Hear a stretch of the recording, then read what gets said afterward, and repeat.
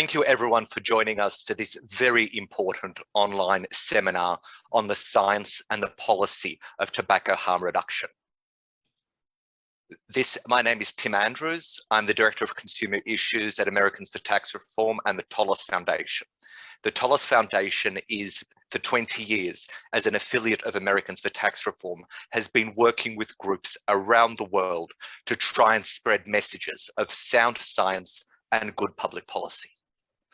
The issue of tobacco harm reduction is one of the most pressing issues of our time. In the last year, more people have died from smoking-related illnesses than did during the COVID pandemic. If smoking remains the leading cause of mortality that is preventable around the world. Fortunately, the technology now exists through reduced risk harm alternatives that we can save millions of lives around the world. Through these innovative new technologies, proven to help smokers quit smoking, that are 95% safer than combustible cigarettes, we have an opportunity to save more lives with one simple change in policy than we have in generations. This is an incredible opportunity, but only if policymakers get the policy settings right. So this is why we're conducting this seminar, and it's specifically dedicated to what's happening right now in Taiwan. There are almost 5 million smokers in Taiwan, 5 million lives that we could potentially save. And currently the Taiwanese legislature is looking at ways to change their approach. So we've set up this seminar where you will hear from some of the leading experts from around the world, experts in science and in medicine, as well as experts in public policy and those who have researched what has happened in other countries, so that you will be able to be armed with the information, not just in Taiwan, but in other countries as well, to know what the best possible policy outcomes are to help save lives. Because at the end of the day, harm reduction is a moral issue. I think we all know people who have lost their lives because of smoking, and it's our moral responsibility to ensure that we have the policies to solve these problems and to save lives. Now, we have 3 panels before us today. The first one will primarily be focused on the science. The second one, which will be chaired by my colleague Lorenzo, will be focused on best practices and opportunities and lessons from around the world. And the third panel, which will be chaired by Lindsay from the Taxpayers Protection Alliance, will be focused on the policy and the regulatory lessons that we can learn and what governments should do. Please note that through Zoom, you should have opportunities to choose translation options. Make sure you select at the bottom which language you wish to hear this in. Most presentations will be in English and there will be simultaneous translations into Mandarin. However, some presentations will be in Mandarin and they will be translated into English. So for the first panel, we have with us 4 leading experts in the medical field. Our first speaker will be Dr. Colin Mendelsohn. Dr. Mendelsohn has over 30 years in practicing in smoking cessation. He was previously an associate professor at the School of Public Health and Community Medicine at the University of New South Wales. He's done hundreds of workshops and lectures around Australia, helping smokers quit. And he was the founding member of the Australian Tobacco Harm Reduction Alliance. Following Dr. Mendelsohn, we'll move to Dr. Brad Rodu, who is the first holder of the endowed chair in tobacco harm reduction research at the University of Louisville's James Graham Brown Cancer Center. For over 25 years, he has published research on tobacco harm reduction, and I think is known as one of the world's leading experts also in this field. Moving to our speakers from Taiwan, we have Professor James Yuan from the Department of Health and Welfare at the University of Taipei. Previously, he was a postdoctoral fellow at the Institute of Occupational Medicine and Industrial Hygiene at National Taiwanese University. and he is the assistant professor in the Department of Health and Welfare there now. Our final speaker will be Professor Kai Zhen, or KJ, to make it easier for me to pronounce, who's a professor in the Department of Public Health, the joint appointment professor at the School of Public Health, and also a professor in the master's program in applied molecular epidemiology, also at the university in Taiwan. So to start off with, and so we have an overview of what is harm reduction, what are the principles, and what is the science, I would like Dr. Mendelsohn to commence these discussions. Trust that's working. Okay, so look, thank you so much for asking me to participate in this really important seminar and talk about one of my favourite subjects.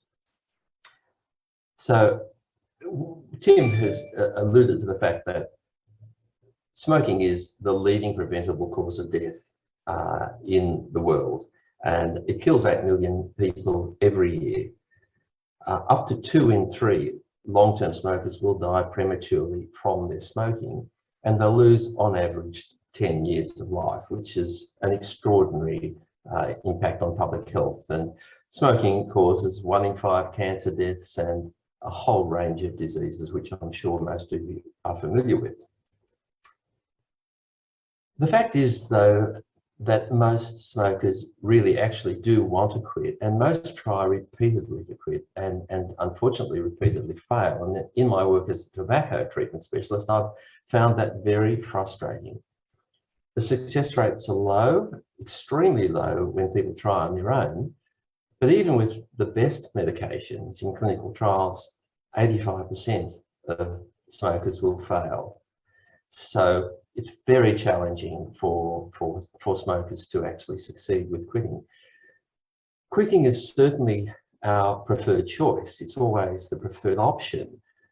But for those who can't quit, who are continuing to be at risk of smoking-related illness and death, we have now tobacco harm reduction. And this is basically about reducing the harm in smokers who are otherwise going to continue to smoke, who are unable or unwilling to quit.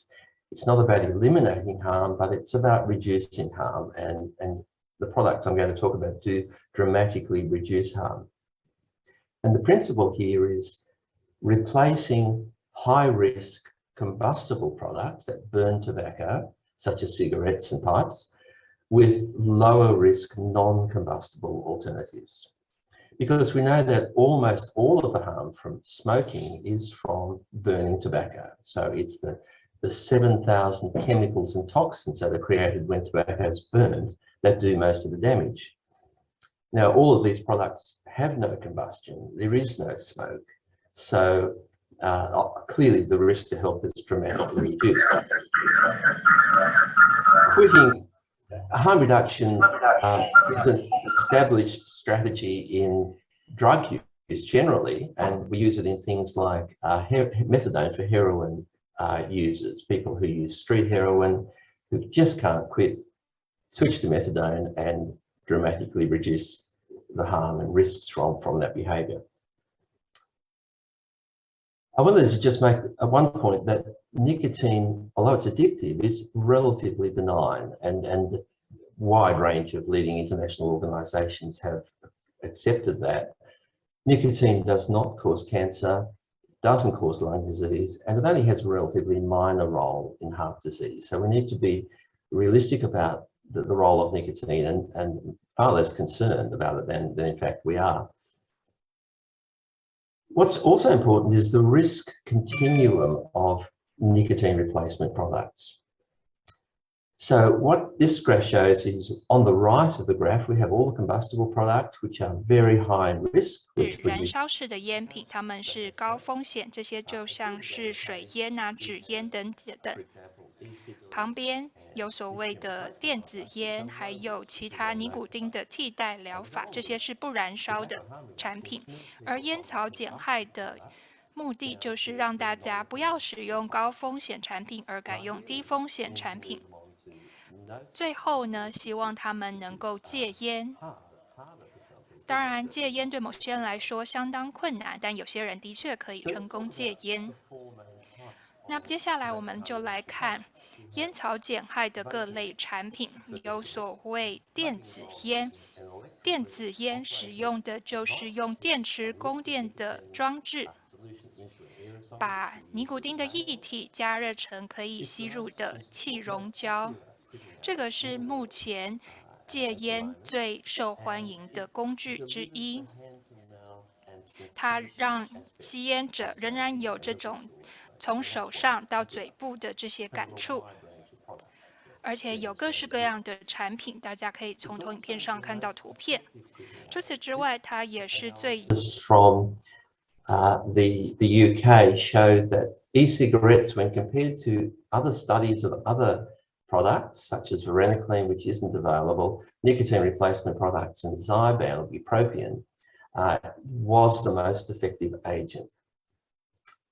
And it's also so much more harmful. It's generally accepted that it's around 95% less harmful than smoking, and that's because there are so few chemicals in vapor, and those that are there are present in much smaller doses. So it's just a logical conclusion, and the research supports that it's far less harmful. The second type of reduced risk device are heated tobacco products, and these basically consist of a special tobacco stick which is heated, not burned, in an electrical device. And this also delivers the hand-to-mouth behaviour, the ritual of smoking, and it gives extra taste, tobacco-like taste, which it appeals to some people. And various bodies have made it quite clear from the research that we've got so far that these devices deliver far fewer of the harmful and potentially harmful chemicals that are in smoke. It's been approved. IQOS was approved in the United States by the FDA as appropriate to promote public health, and the overall benefit is expected to be positive. The experience with these heated tobacco products has been quite extraordinary. For example, in Japan, heated tobacco products were introduced in 2016. Cigarette sales have fallen by an unprecedented 42% since that time, which is really an extraordinary drop. And the vast majority of that reduction is due to these heated tobacco products, which have been taken up with great enthusiasm. But these products are spreading rapidly around the world. IQOS in particular is available in 70 markets and is spreading to other countries. The third product is Swedish snus, which is popular in Sweden and Norway, and that's a finely ground form of moist tobacco in a little pouch, which is specially treated to remove some of the carcinogens. It's placed under the upper lip and delivers nicotine much like a cigarette, although not as quickly. And it's been shown in numerous studies to have minimal long-term health effects. But what is really important is that when this is taken up in a population like in Sweden, the smoking rates plummet. Sweden has the lowest smoking rate in the EU, and it also has the lowest rate of smoking-related illness in the EU based on that high uptake of snus. And finally, more recently, we have nicotine pouches, which consist of pharmaceutical-grade nicotine in a cellulose matrix within a little pouch that also goes up under the upper lip. There's no tobacco. There are a range of other products that go in that to fill the pouch up, and it delivers a satisfactory dose of nicotine for smokers, a good dose, in fact, a high level of nicotine, which the smokers need. And the levels of toxicants are probably even lower than Swedish snus, so it's a much safer product. So finally, I just wanted to conclude by just reminding that nicotine, reducing harm for smokers who will continue to smoke in any case is the whole purpose of tobacco harm reduction. For the smokers who can't quit or just don't want to quit smoking or nicotine. So what we're doing is we're replacing the combustible products with non-combustible nicotine or tobacco products. And these deliver the nicotine, which is what smokers are looking for, but without most of the toxic chemicals. These are effective quitting aids, and they can be used long term. So ideally, smokers who switch to these products will quit long term. And either way, they have dramatic improvements in health. Thank you. Thank you very much, Colin. We'll now move on to and please, at the end of each panel, there will be an opportunity for questions and answers. So please submit your questions during the chat. And once that's done, we'll be able to, and you can do that in either Mandarin or in English. But for our next speaker, if we can now move on to Professor Rodu. I want to thank the organizers for the opportunity to participate in this event, along with a host of very prestigious experts. After Dr. Mendelssohn's excellent orientation toward tobacco harm reduction and its products, I would like to focus on one of the big hurdles for tobacco harm reduction in the US, and it's a hurdle that is being used worldwide, and that is an exaggeration of what has been called a teen vaping epidemic in the United States. I want to present another view of that epidemic. It has made headlines almost every year as survey information is released by the CDC and the FDA. They release selected information about a survey called the National Youth Tobacco Survey. They released that information about 6 to 8 months prior to releasing the data. It just so happens that data was released last week, and I have been able to conduct an analysis that I have released on my blog and that I'm going to discuss during this presentation. This is the last 10 years of the National Youth Tobacco Survey. Although the graph looks complicated at first, it's rather very simple. The lower dark blue bars are the smoking rate. That is the percentage of high school students that are currently smoking, defined as smoking in the past 30 days in the US over the past 10 years. The middle blue is the percentage of students who are using both cigarettes and e-cigarettes. And the gray bars at the top are the percentage that are vaping or using e-cigarettes only. You can see that the smoking rate has been declining for many, many years. In fact, even previously to this graph. But as that smoking rate has declined, you can see that starting in about 2013, the vaping rate started to go up. It went up sharply in 2018 and 2019, but has since declined rather sharply. All during this time, while the vaping rate has gone up, the smoking rate has continued to go down and is now at about 1.9%, the lowest rate in the history of this survey.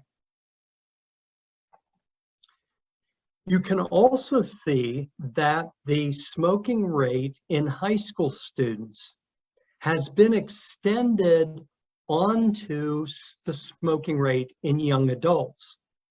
Traditionally, historically, young adults have had high smoking rates, but you can see by this graph from our National Health Interview Survey that the smoking rate among young adults has plummeted and is now down around 7.5%.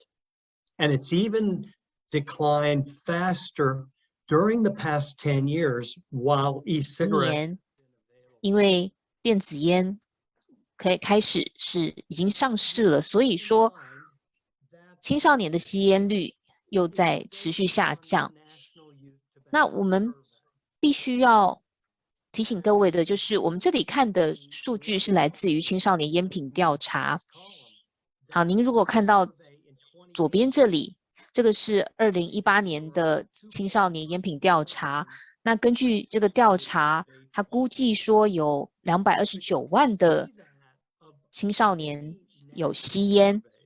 可是我们如果说看其他的调查，就会发现说 NYTS 也就是美国青少年烟品调查，它的估计数字都是比较高的。但是我们如果看其他的调查，也就是所谓的知识结构图这样的调查，那根据2个独立研究，其实就会发现说他们的估计吸烟人口都是比较低的。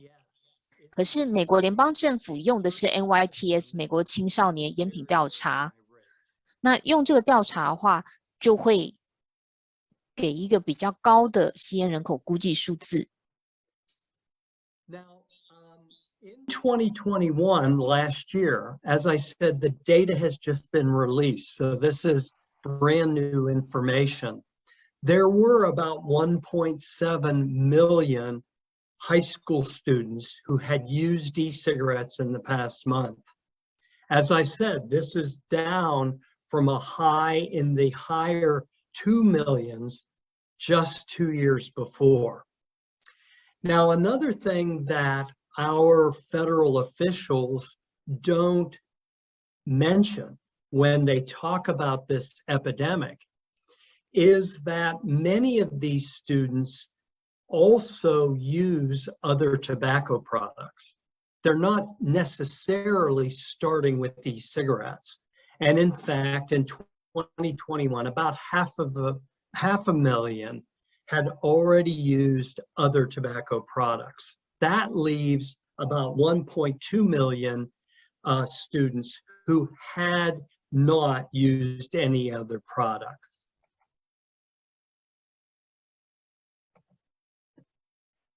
Now, of these high school vapors, 732,000 of them had vaped only from 1 to 19 days in the past month. In other words, these students vaped infrequently. They vaped at parties, they vaped at other events. They weren't consistent vapors. But 467,000 did vape 20 plus days during the past month. And in fact, that's worrisome. That means that those individuals may have been, may have been addicted. And so we have to be concerned about nicotine addiction, in fact, addiction in any form among high school students. Now, but it's good to keep in mind that that number represents only 3% of the 15 million students in American high schools. It is a relatively low number. It is not the rampant epidemic that our federal officials are indicating in their reports. Now, as Dr. Mendelsohn said, nicotine is not a dangerous substance. especially when it's not used in conjunction with burning tobacco and inhaling smoke. Our federal officials are obsessed with any form of nicotine use, but they are ignoring other much more harmful behaviors and actions that high school students are commonly encountering. You can see a list here of many other activities that are far more frequent and far more dangerous that are being sacrificed. Their attention is being sacrificed by this obsession with teen vaping. Now, another item that has not been at all, it's been ignored, is that vaping by high school students, the majority of them are also vaping marijuana. It's an entirely different usage pattern. It takes different hardware. It's a different liquid. It has nothing to do with nicotine vaping. But unfortunately, the National Youth Tobacco Survey does not make a clear distinction between nicotine and marijuana vaping. So these two behaviors are lumped together. And in fact, that lumping has become a major problem with the emergence in 2019 of the lung diseases in the US that were entirely due to contaminated THC liquid, but in fact were blamed on commercial e-cigarettes. Thank you very much. Thank you very much, Professor Rodu. Moving to our next speaker, if we could ask Professor Kai Zhen to actually speak. So we're changing the order slightly from what I announced earlier. Morning, everyone. It's my great honor to be here, and thank you for having me here. Have an opportunity to share my personal opinions. So in Taiwan, we are about to revise our Tobacco Hazard Prevention Act. In Chinese, in Mandarin, is 烟害防治法. So on January 13th this year, the Executive Yuan, 行政院, passed the draft amendment to the Tobacco Hazard Prevention Act, prepared by the Ministry of Health and Welfare, 卫福部, 卫生福利部. Okay, so yeah, we are about to revise this 我 act. 们即将进行烟害防治法的修法。为什么要修法呢？简单来说，烟害防治法有非常多的法条，我们今天没有办法一一。We will define e-cigarettes, or you will say ENDS or ENNDS. We will define e-cigarette as tobacco-like products, or you can say products imitating tobacco. So we will define ENDS as tobacco-like products, and we are going to ban we are going to ban e-cigarette in Taiwan. This is a draft amendment to the Tobacco Hazard Prevention Act. Okay, so you may ask for what reason. In brief, there are 6 reasons.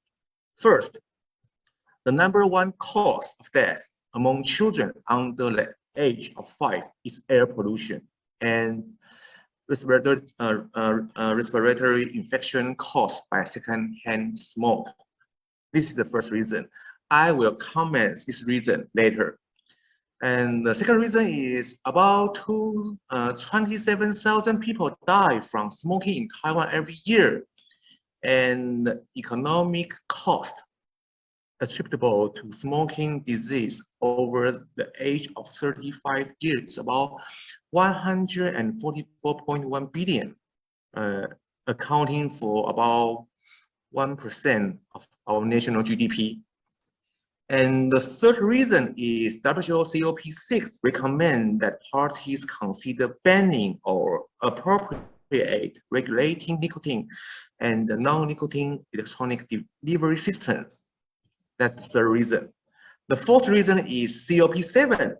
The WHO COP7 recommends that parties consider banning or appropriately regulating the manufacture, import, sale, display, or use of ENDS or ENDS. And the fifth reason is heated tobacco products.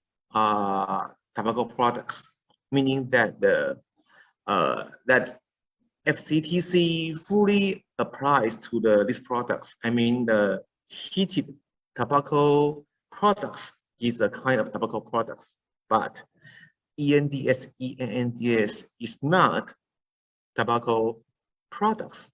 So this is the fifth reason.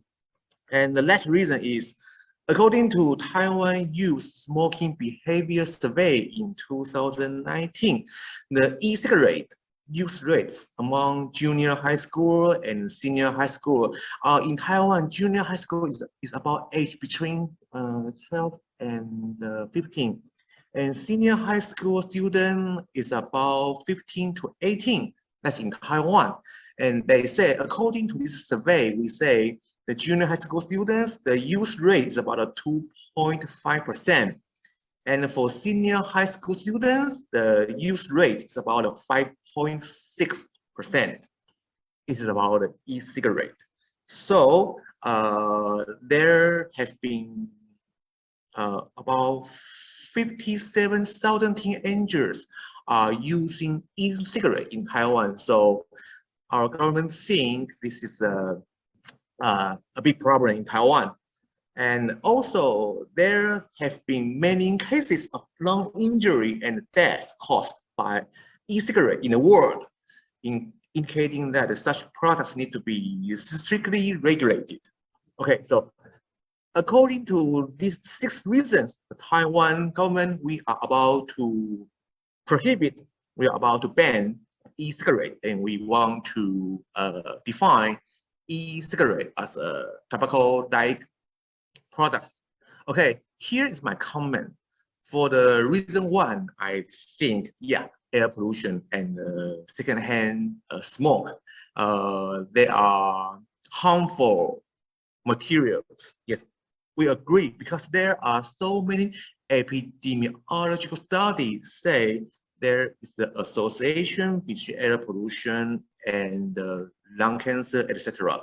And there's also epidemiology to report the association between the secondhand smoke and the lung cancer, etc. But e-cigarette, I think in England or maybe in US and in some other country, there are studies show the association between smoke cessation or quit smoke among smoker and the e-cigarette. So I think we need more study to do this topic.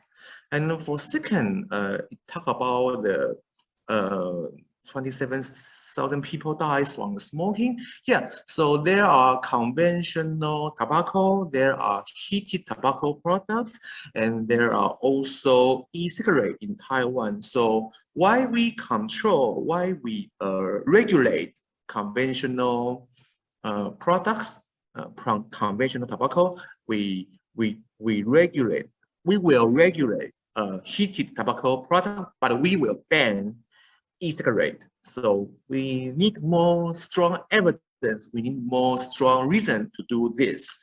And for third and fourth reason about the COP6 and COP7, I think WHO recommend that parties can either consider ban or maybe appropriately regulate. So we still need more discussion, right? But we decide to ban e-cigarette. Yeah. And for the final reason, according to the Taiwan Youth Smoking Behavior Survey in 2019, it says that e-cigarette has higher using rate among senior high school and junior high school. But to be honest, for the conventional cigarette, the use rate of conventional tobacco products among junior high school and senior high school are 3% and 8% respectively. So to be honest, the majority is still conventional cigarette. So this reason, yes, there seems there is a growing use rate about the e-cigarette among junior high school and senior high school, but still the conventional tobacco products is still the major tobacco products among Taiwan junior high school students and senior high school students. So I think I agree we have to revise our Tobacco Hazard Prevention Act, but I hope we can revise this act based on strong scientific evidence and also the logical amendment. If we want to revise our regulation, it should be logical and reasonable, and it's possible, because if we just ban, if possible, we hope we can ban everything in Taiwan, then Taiwan will be a non-tobacco product country.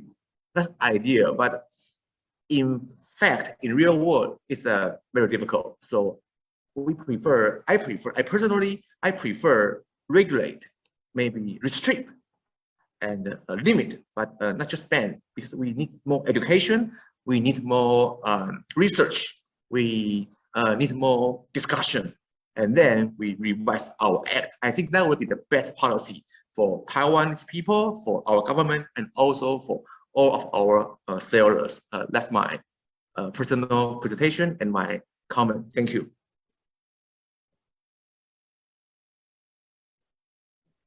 Thank you very much. And now moving on to our final speaker, Professor Yuan. Thank you. 各位大家好，那 Hello 很高兴 everyone. It is my pleasure to be invited to this seminar talking about harm reduction in Taiwan. As previous speakers mentioned, including KJ, they've talked about the international perspective as well as the situation in Taiwan. Here I will give you some stats, some numbers to give you a better idea of the situation in Taiwan. First of all, regarding tobacco harm reduction, based on 2020 data, let's first talk about adults 18 years old and older. About 13% of them are smokers. Compared to 10 years ago, that is already down by 7%.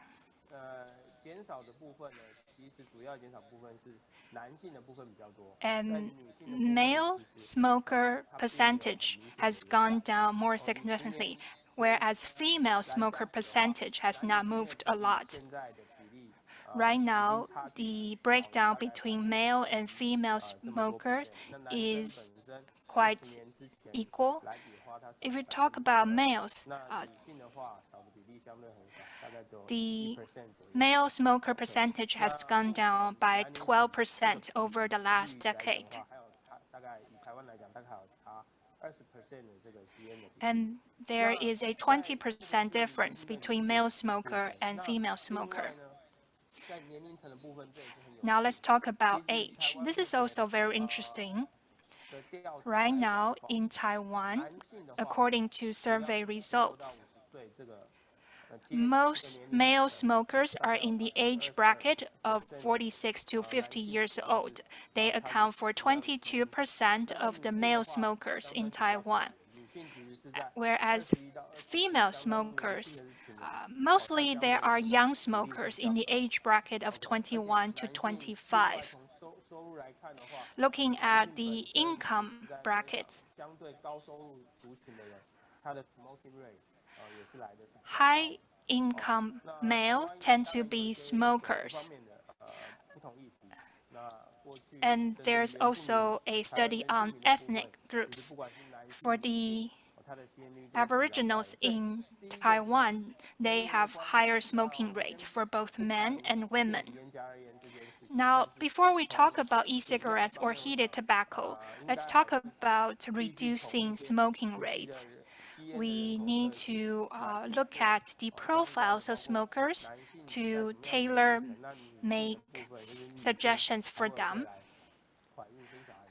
especially considering women smokers in Taiwan tend to be young and they may bear children in the future.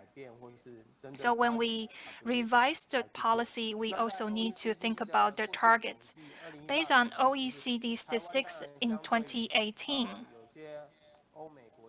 compared to Western countries, the smoking rate in Taiwan is relatively low. Based on OECD surveys, the smoking rate in Taiwan is lower than the median in the OECD survey. We're talking about adults here.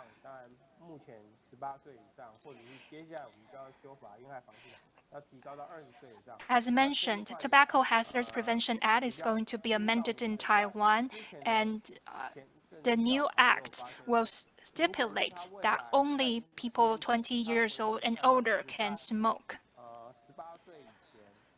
If we look at smokers and where they get their habits, actually 60% or 70% of them had their first exposure of tobacco products before they were 18.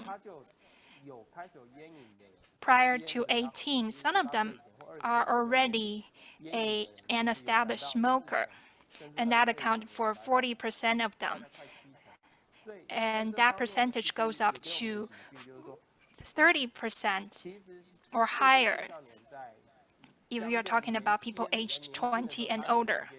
In other words, many people are exposed to tobacco products when they are young. So if that is the case, what kind of products are better for their health? I think it comes down to what's practical. It's very difficult to be tobacco-free entirely in the short term.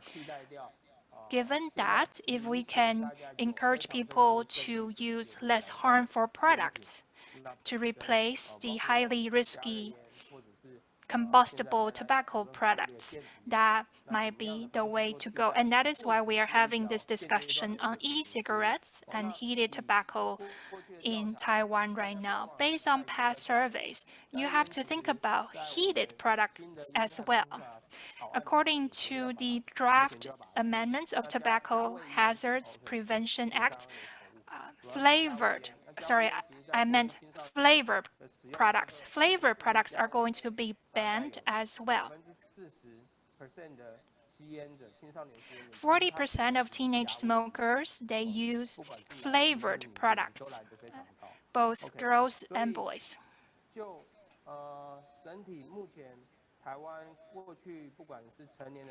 Based on the statistics that I just shared with you, covering both adults and teenagers, overall, the smoking rate is coming down in Taiwan. And as Professor Zhuang also talked about, Taiwan is trying to ban e-cigarettes. I think the crux of the issue is that currently in Taiwan, we don't have a good survey covering teenagers, whether they are using e-cigarettes or heated tobacco products.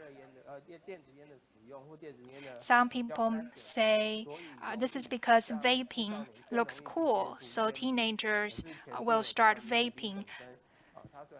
But we also heard previously that nicotine itself is addictive, but it's not a substance that causes the serious health harm. So there are still many issues to be clarified. I think with appropriate control, with more comprehensive survey, for example, so that we get to know how addiction is formed, I think we'll be able to come up with better measures to reduce the harm of tobacco use.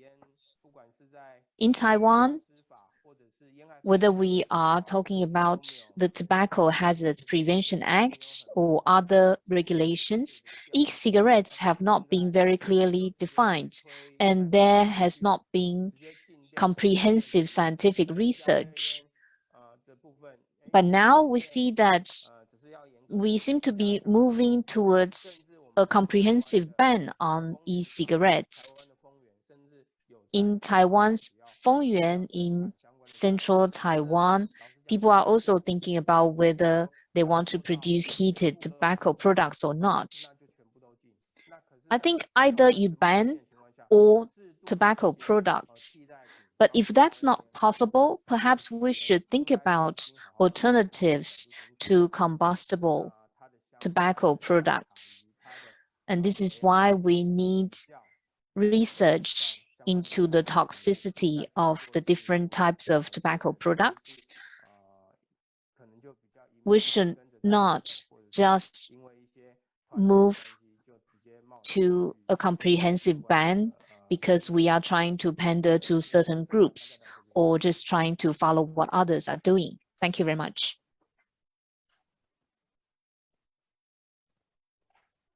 Okay, thank you very much. I know that KJ had to unfortunately leave, but could I ask all of the panelists from the first panel if you could rejoin us? We are running a few minutes behind schedule, but if we can have the questions and answers. So please send questions. I know a number of you already have it through the chat. I will start though with some questions that you've sent me. And the first one is, what about the unknowns about electronic cigarettes? So we know that the carcinogens are considerably lower that we've measured, but is there an unknown carcinogen or a chemical that could create new risks that we don't know about yet? Well, I'm happy to have a go at that. With any new product or treatment, we never know what the long-term risks are going to be. And we have to make a decision based on what we do know. And we know a lot about e-cigarettes. We do know that there is a dramatic reduction in toxins, huge reduction in biomarkers, that's the toxins in the body. We know that when people use them, they have improved health. And yes, there may be one day problems that we find out that we don't know about yet, but the risk from that is bound to be far less than anything that burnt tobacco can achieve. So yes, there is a possible small risk that we at this stage don't know about, but these products have been widely used for nearly 15 years.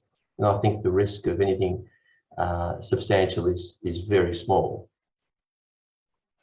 And I would also add to Dr. Mendelsohn that of course there are unknown risks, but as he said, they're very small. What we do know for sure is that smoking kills smokers. And that number is 400,000 in the US right now each year, and it's millions across the globe. We know that for a fact, and it's not appropriate not to offer smokers these vastly safer alternatives. So I think that's a good point, that the risk of not allowing e-cigarettes is much greater than the risk of allowing them. Our last speaker mentioned the issue of flavors. What could the other panelists, and perhaps also James, if you want to expand, say what your thoughts are about proposals to ban flavors? Is there any evidence that flavors are more dangerous? And what is the state of evidence to do with flavor for products? Well, I'm happy to comment on that. Look, flavors are an integral part of vaping, and the research shows that they encourage smokers to make the switch. They increase success rates in switching. and they reduce relapse. There are potential risks with flavours, and that needs to be monitored. But I think over time, we'll detect any concerns and we can certainly reduce those risks. But I think to remove flavours, well, the research shows 我觉得如果说是把这个香味、把这个口味把它去除的话，其实研究显示，大家反而会回去抽传统的烟。好，谢谢。好，那 James， 您是不是可以谈谈看 regulations and how the general public also feels about these proposals? Sorry. 对，我先回应刚刚说的那个价位。Right. Allow me to respond to the issue to your comments about flavored products. In Taiwan, we are not talking about e-cigarettes with flavors. What we are talking about is that some tobacco sellers actually add flavors to traditional cigarettes. So Taiwan is banning flavored conventional cigarettes. Now, in terms of advocacy groups, I think you probably want to know the kind of influence that they have in our policy making. In Taiwan, we have quite a few very powerful anti-smoking advocacy groups, and they've been trying to influence policy making. So the Tobacco Hazards Prevention Act has been in effect for a long time, but now Taiwan is trying to ban e-cigarettes. But if we are talking about the groups, of course, they are very unhappy about flavored cigarettes. They are very unhappy that heated tobacco products are allowed, whereas e-cigarettes are banned. So many of these groups want to ban both heated tobacco products and also e-cigarettes. But of course, there are also groups trying to get the government to approve the use of e-cigarettes. But what about the general public? I think the vast majority of the public, what they are concerned about is the kind of smell that cigarettes have. So let's not talk about the health impact of e-cigarettes. I think that's another issue, but many people don't like the smell of conventional cigarettes, especially people who don't smoke.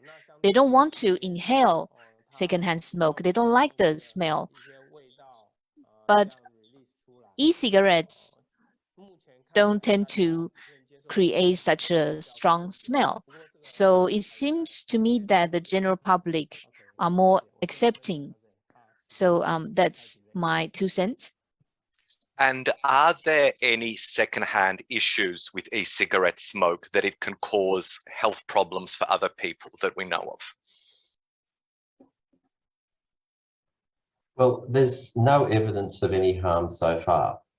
And that's because the amount of chemicals released into the air by an electronic cigarette is far less than what it is from smoke, but also, of course, it's much less toxic. And the smell is not unpleasant. And I think part of the issue is that vapers need to just observe the etiquette they normally would observe with smoking by not vaping around people and keeping away from children. And that would minimize any public concern. Although there's a lot of misinformation by the public who are concerned about what looks like smoke. And they do need to understand that it is actually, so far, not been shown to be harmful. I think that's all the time we have for our first panel. So thank you very much to our 4 panelists. So thank you very much for joining us. We really appreciate it. I would now like to introduce 2 who'll be moderating our second panel, Lorenzo Montanari. Lorenzo is Executive Director of the Property Rights Alliance here in Washington, D.C. He's also the Vice President of International Affairs at Americans for Tax Reform.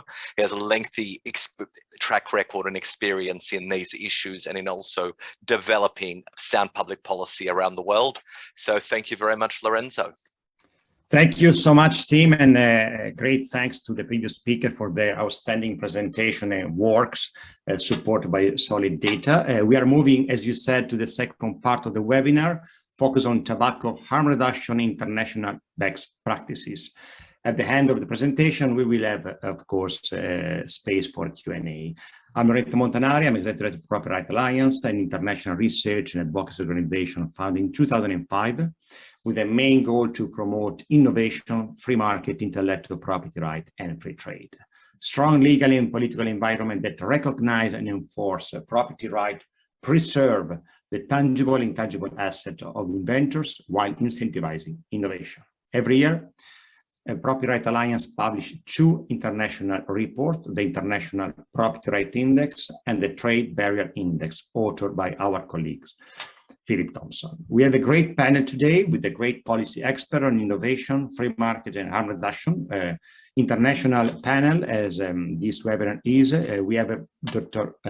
Carmelo Ferlito from Malaysia, Mr. Yuya Watase from Japan, and Louis Holbrook from New Zealand. And I want to move directly to our first speaker, Dr. Carmelo Ferlito. He's a PhD economist and the CEO of the Center for Economic Education in Kuala Lumpur, Malaysia. This Center of Economic Education sponsors academic initiatives for students and professionals who wish to better understand how economics affect their daily life. Dr.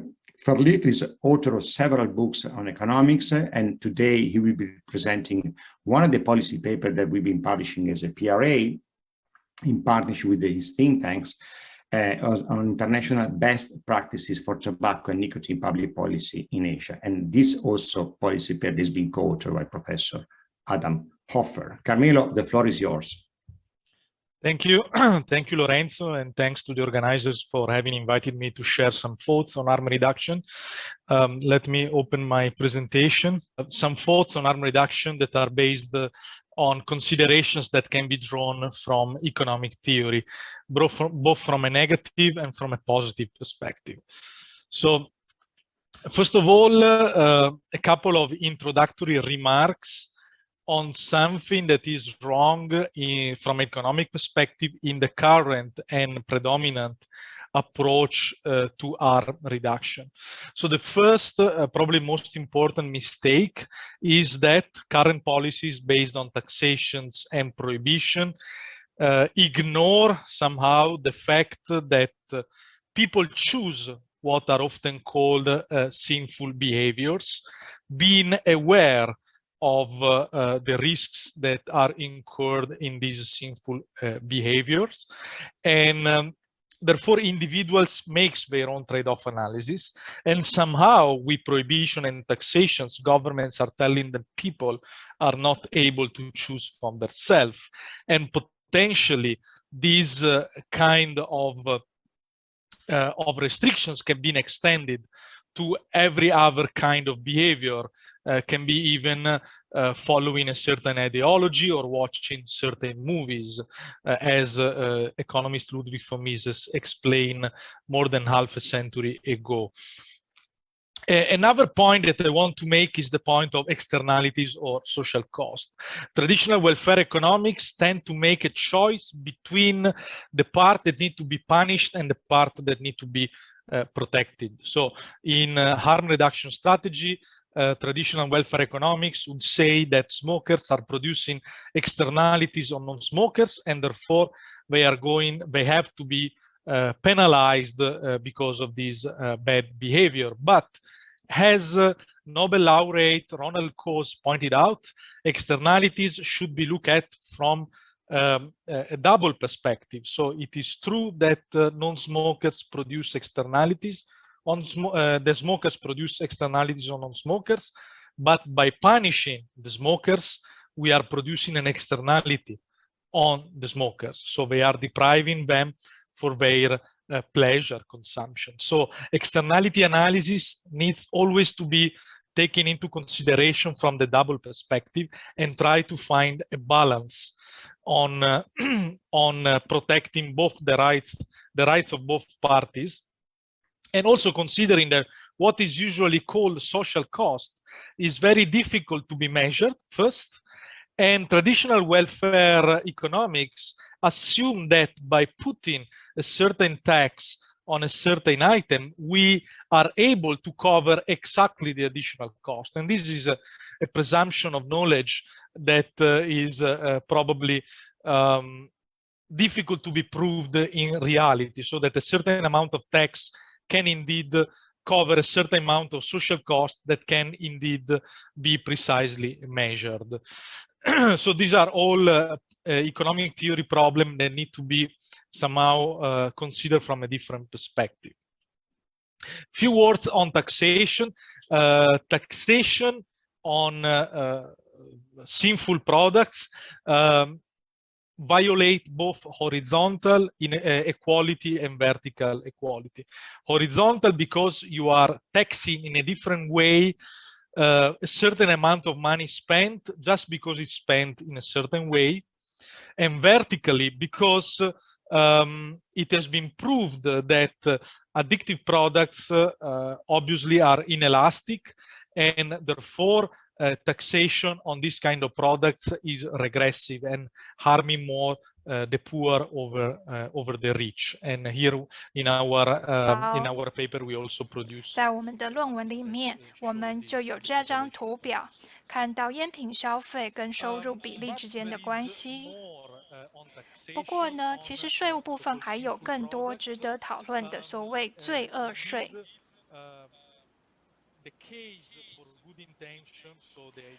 大家可能利益良善，也就是希望减少这些产品的消费，但光是利益良善是不够的。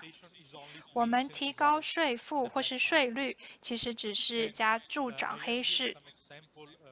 我这边有来自马来西亚的例子，烟税越是提高，非法烟品的比例就越高。那么马来西亚现在可以说是非法烟品已经来到市面流通烟品的70%。也就是说，对抗烟品的战争在马来西亚其实并没有真的减少烟害，只是造福了烟品的走私商，而消费者使用到的、接触到的就是比较不好的产品。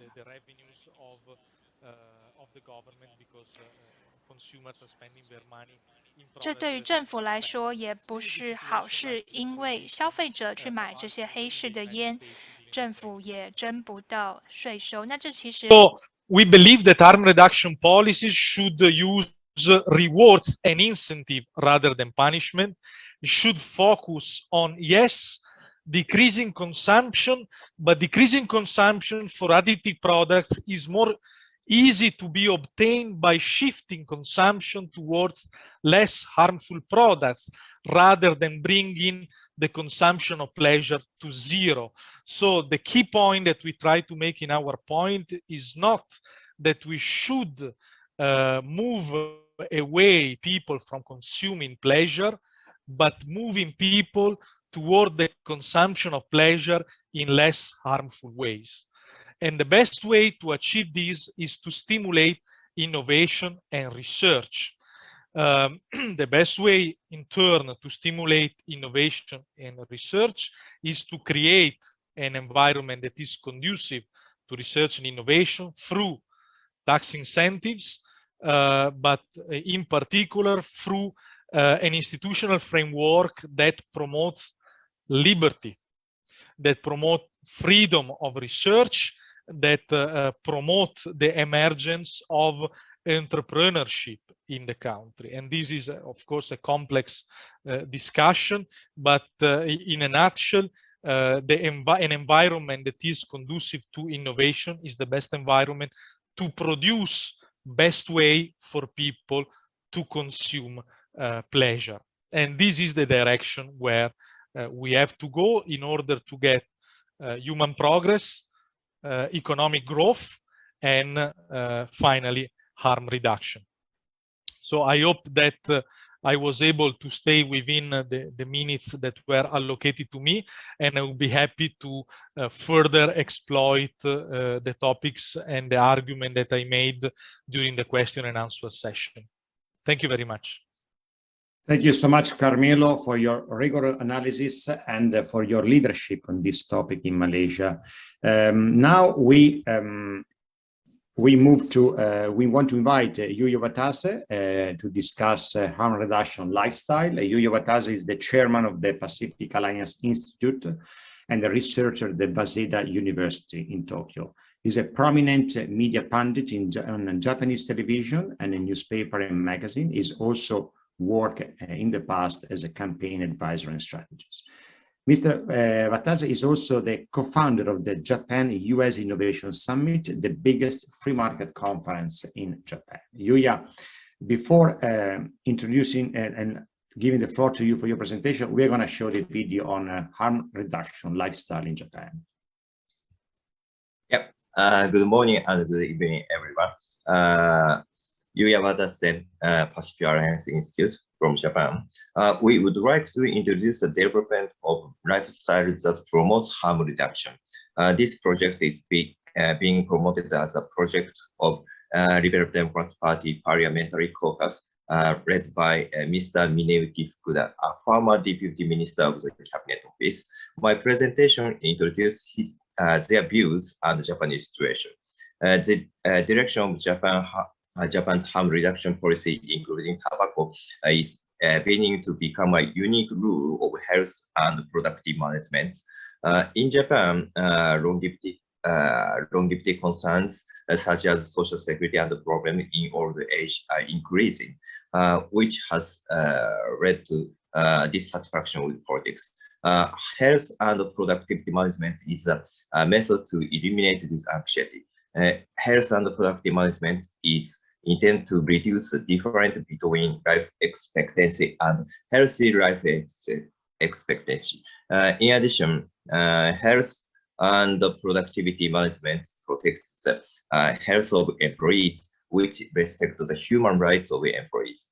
I believe this will also lead to an effective approach to countering authoritarian countries. By becoming an international rule on the idea of health and productive management, it will be one of the solutions to economic security issues. We have prepared a video that express our concept. Please watch the video first. Please, Lawrence. 長寿の時代、社会保障費の増加や老後の問題など、長寿不安という問題が深刻化しています。さらに長寿不安は政府への不満となって増幅し、経済や社会生活の安定を揺るがす国政問題へと変化してきています。これは多くの先進国において顕在化している問題で、新たな経済安全保障上の課題と言えるでしょう。日本ではこの課題を解決するために、健康経営という日本独自の新しい秩序のルール化が始まっています。この健康経営は平均寿命と健康寿命の差をできるだけ縮め、不安のない健康長寿社会の実現を目指す上で有効なルールと言えます。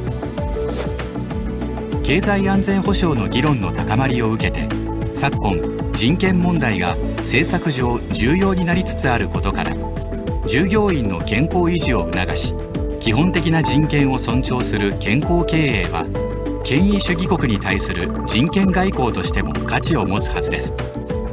つまり健康経営の国際ルール化は、経済安全保障上の課題解決とともに日本のプレゼンスを高める有効な手段となるのではないでしょうか。この日本独自の健康経営において重要な役割を担っているのが定期健康診断です。日本の健康診断では、健康寿命を低下させ生活習慣病を引き起こす行動として健康診断5項目を設定しています。食事、飲酒、睡眠、運動、喫煙です。これらをコントロールすることが生活習慣病リスクを減らし、健康寿命を最大化することにつながりますが、ついつい続けてしまう生活習慣を変えていくことはそう簡単ではありません。そこで注目されているのがハームリダクションライフスタイルです。ハームリダクションライフスタイルとは、ハームリダクションプロダクトを利用して生活習慣病を引き起こすリスクを無理なく低減する生活スタイルです。例えば特保です。好きな食事と一緒に特保を飲むことで血糖値の上昇や過度の脂肪の吸収を防ぎ、生活習慣病を引き起こすリスクを低減してくれます。このようにハームリダクションプロダクトを日常生活の中に一定量取り入れることで、ストレスなく生活習慣病の発症を防ぐ、これがハームリダクションライフスタイルなのです。それでは具体的にハームリダクションライフスタイルの例を見てみましょう。通勤、運動ゲームアプリで楽しく徒歩を増やす。昼食、アプリで健康メニュー選び、特保飲料が脂肪の吸収を抑える。会食では脂肪吸収抑制サプリと血圧を抑える特保の栄養ドリンク。就寝前なのでカフェインレスコーヒーと加熱式タバコでリラックス。このように生活は変わりなくハームリダクションプロダクトを消費します。ハームリダクションライフスタイルが全国民に浸透すれば、おのずと健康寿命は伸びることでしょう。例えば150円の商品を 5% 値引きすると、およそ2割の行動変容が見込めるという学術的な研究結果があります。そこで国が中心となり、生活におけるハームリダクションプロダクトの選択量を2割以上にする行動変容のルール形成を目指してみてはどうでしょうか。これがハームリダクションライフスタイル政策です。さらなる行動変容のアプローチとして税制を活用することも選択肢の一つと言えるでしょう。そしてハームリダクションライフスタイル政策は大きな経済効果とイノベーションの促進をもたらします。多数の国内の関連企業・団体がメリットを享受できます。デジタル化による健康データ活用は健康診断の低コスト化にもつながります。このようなイノベーションの実現のためには、国民がシームレスにデータを活用できるプラットフォームを用意することが不可欠です。プラットフォームの運用においてはマイナンバーの活用も有効です。このようにハームリダクションライフスタイルを取り入れた健康経営のルール化は、不安のない健康長寿社会の実現のために健康寿命を最大化します。長寿大国である日本がいち早くこのルールを導入して長寿不安を払拭できれば、世界各国から注目され、新秩序としての国際ルール化が望まれることになるでしょう。これは日本のプレゼンスを高め、新たな市場を創造する絶好のチャンスなのではないでしょうか。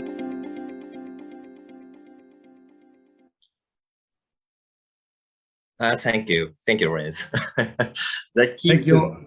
Yeah. Thank you, Yuya, for your wonderful video. I think this harm reduction lifestyle should be definitely replicated as a policy all over the board. Yeah.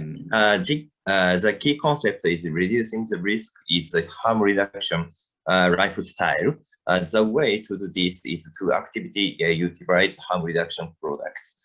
Instead of easily banning existing products, the point is to extend healthy life expectancy by using HRP without changing the lifestyle until then. For example, commuting using an exercise game app, selecting a health menu in lunch by app, healthy promoting beverage suppress fat absorption, consumption of fat absorption suppression supplements and blood pressure suppressing beverage at dinner, and relaxing with caffeine-less coffee and heating cigarette before going to bed. Therefore, it is possible to form rules aimed at promoting processes that promote behavioral change with a selection amount of more than 20% of whole HRP. In Japan, the tobacco tax was raised on October 1 last year.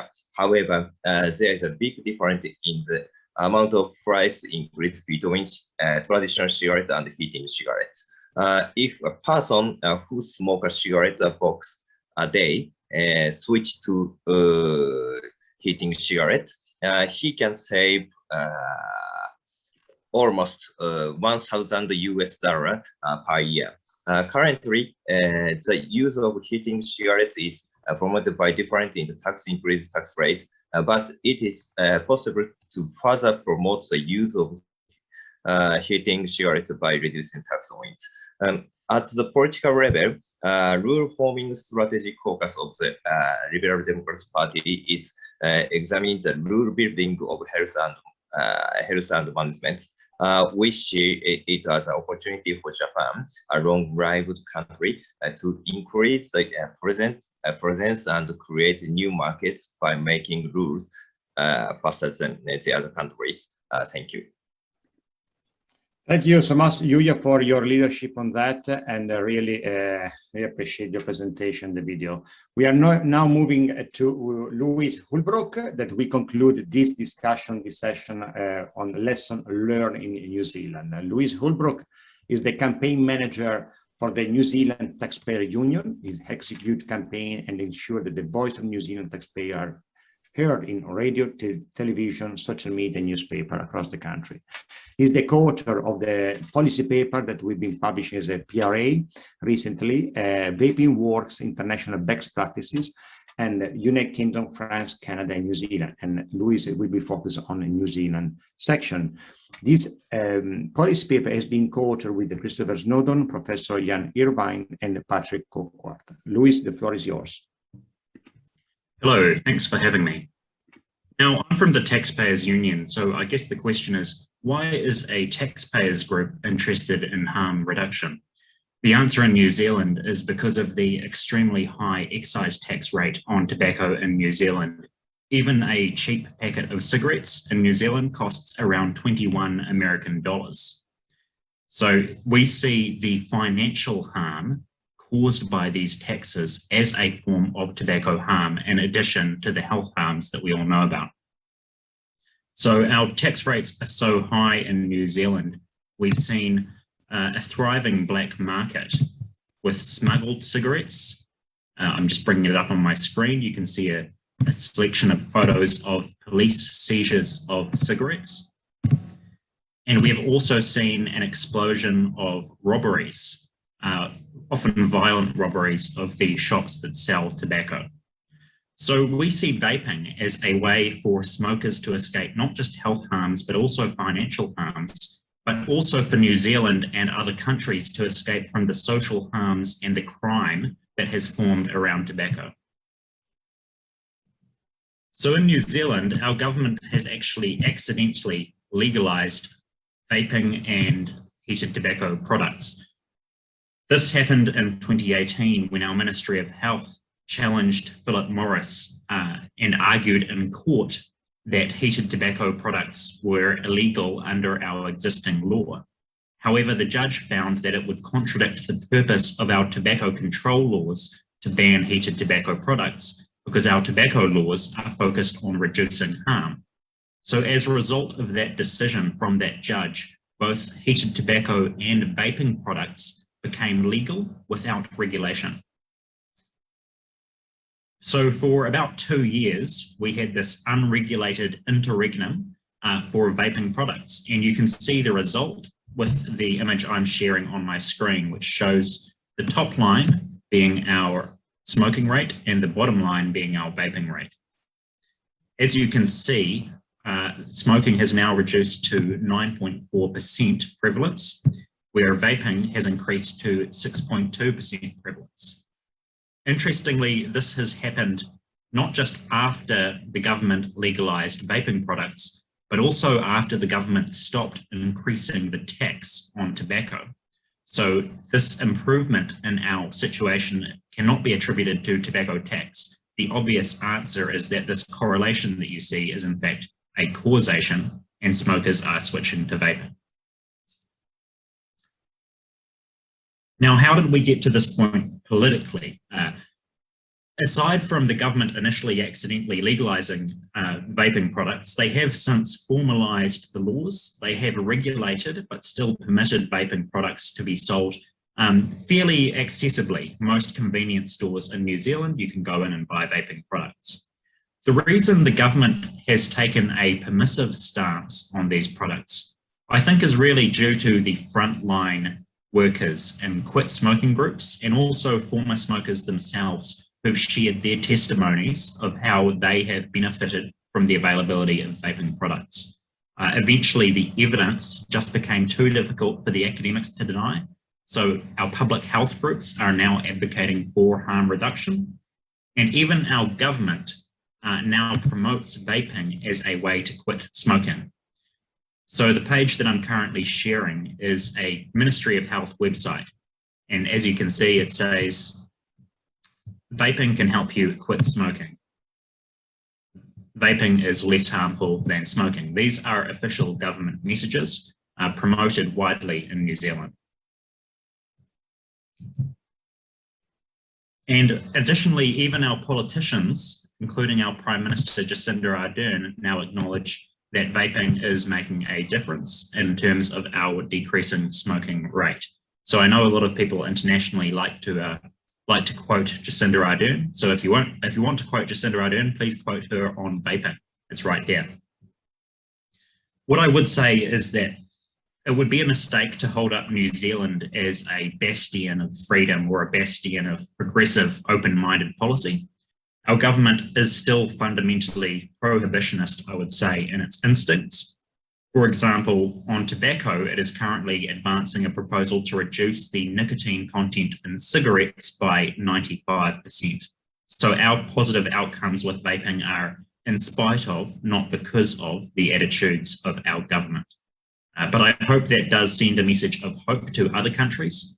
You may feel as though your government has a closed-minded view on vaping or heated tobacco. However, again, as I say, as long as those former smokers can be heard, as long as their voices are amplified, at some point you will see a turnaround on policy. Thank you. Thank you so much, Luis. We are running behind time, so I get some question for our speakers. So first one is for Carmelo. Since you mentioned the illicit trade, there is a question that in the country that have banned this product, what is the effect on the illicit trade after the ban? Can you articulate a little bit more? Yeah, I think that the basic consideration that we have to do with this is that human beings are interested in pleasure.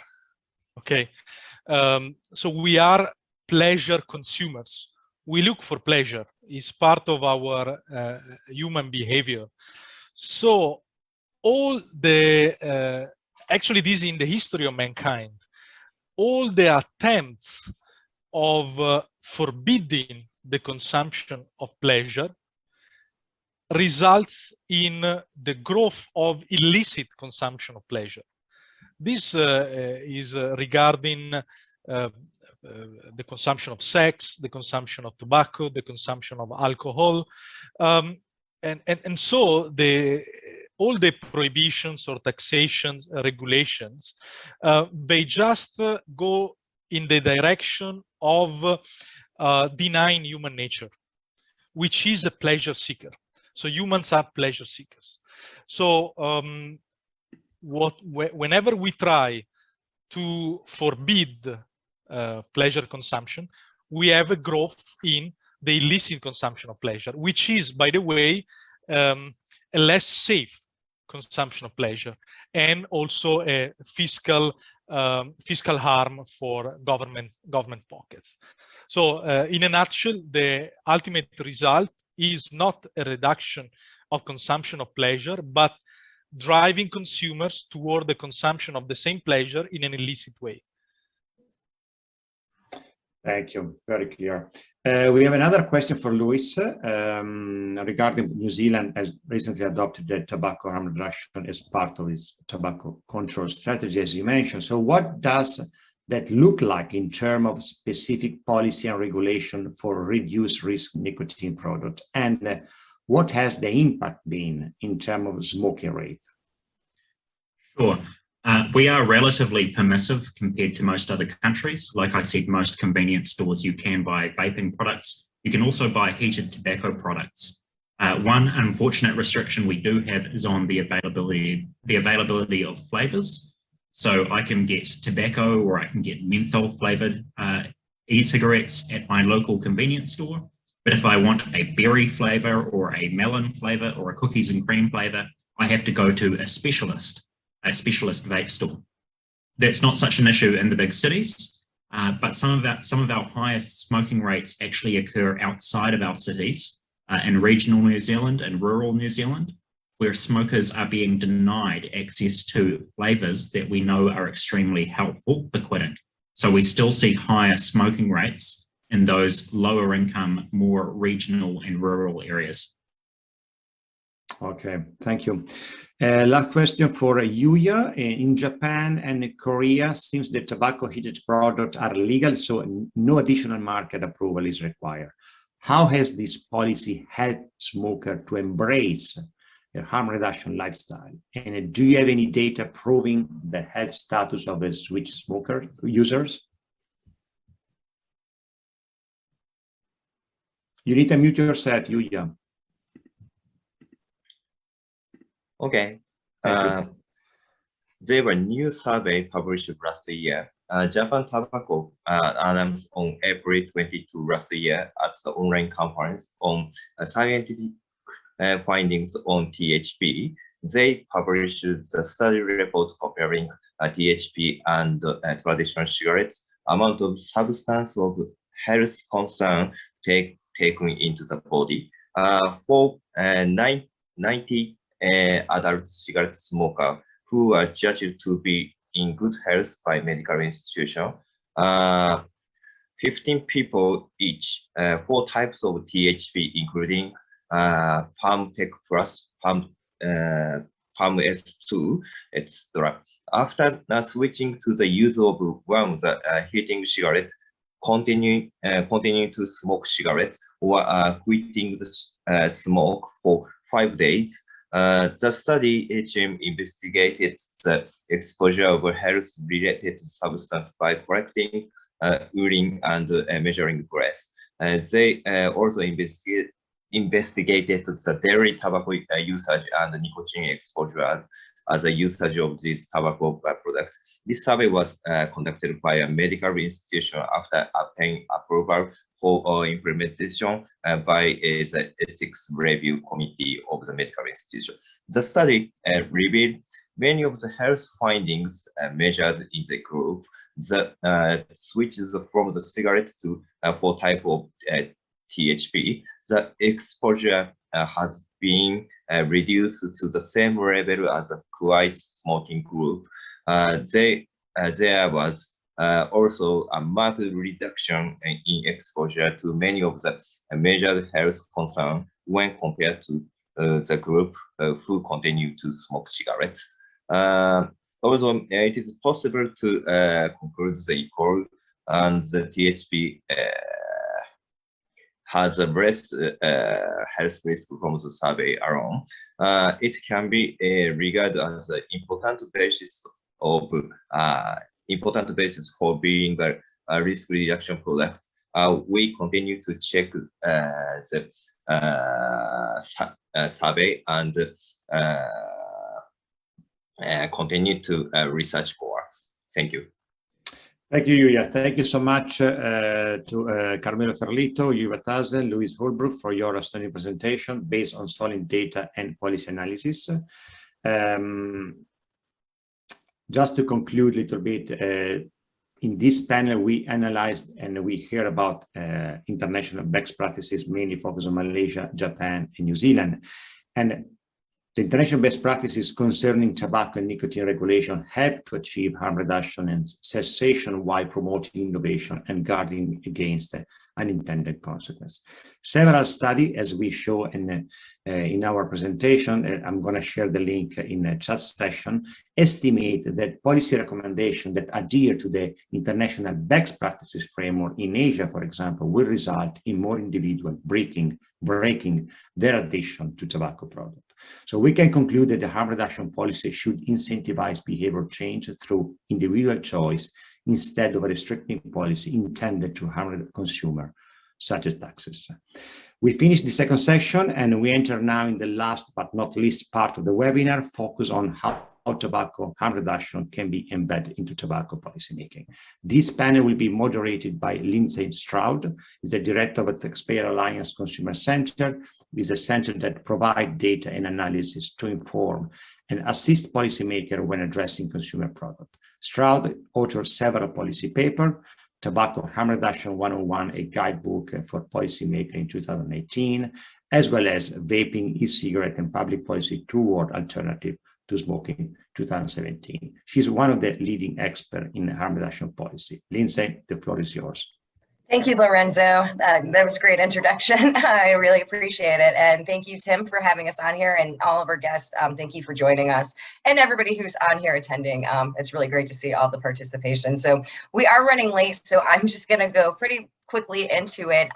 We will be discussing THR and how it's going to fit into policymaking, and we've got some really great guests.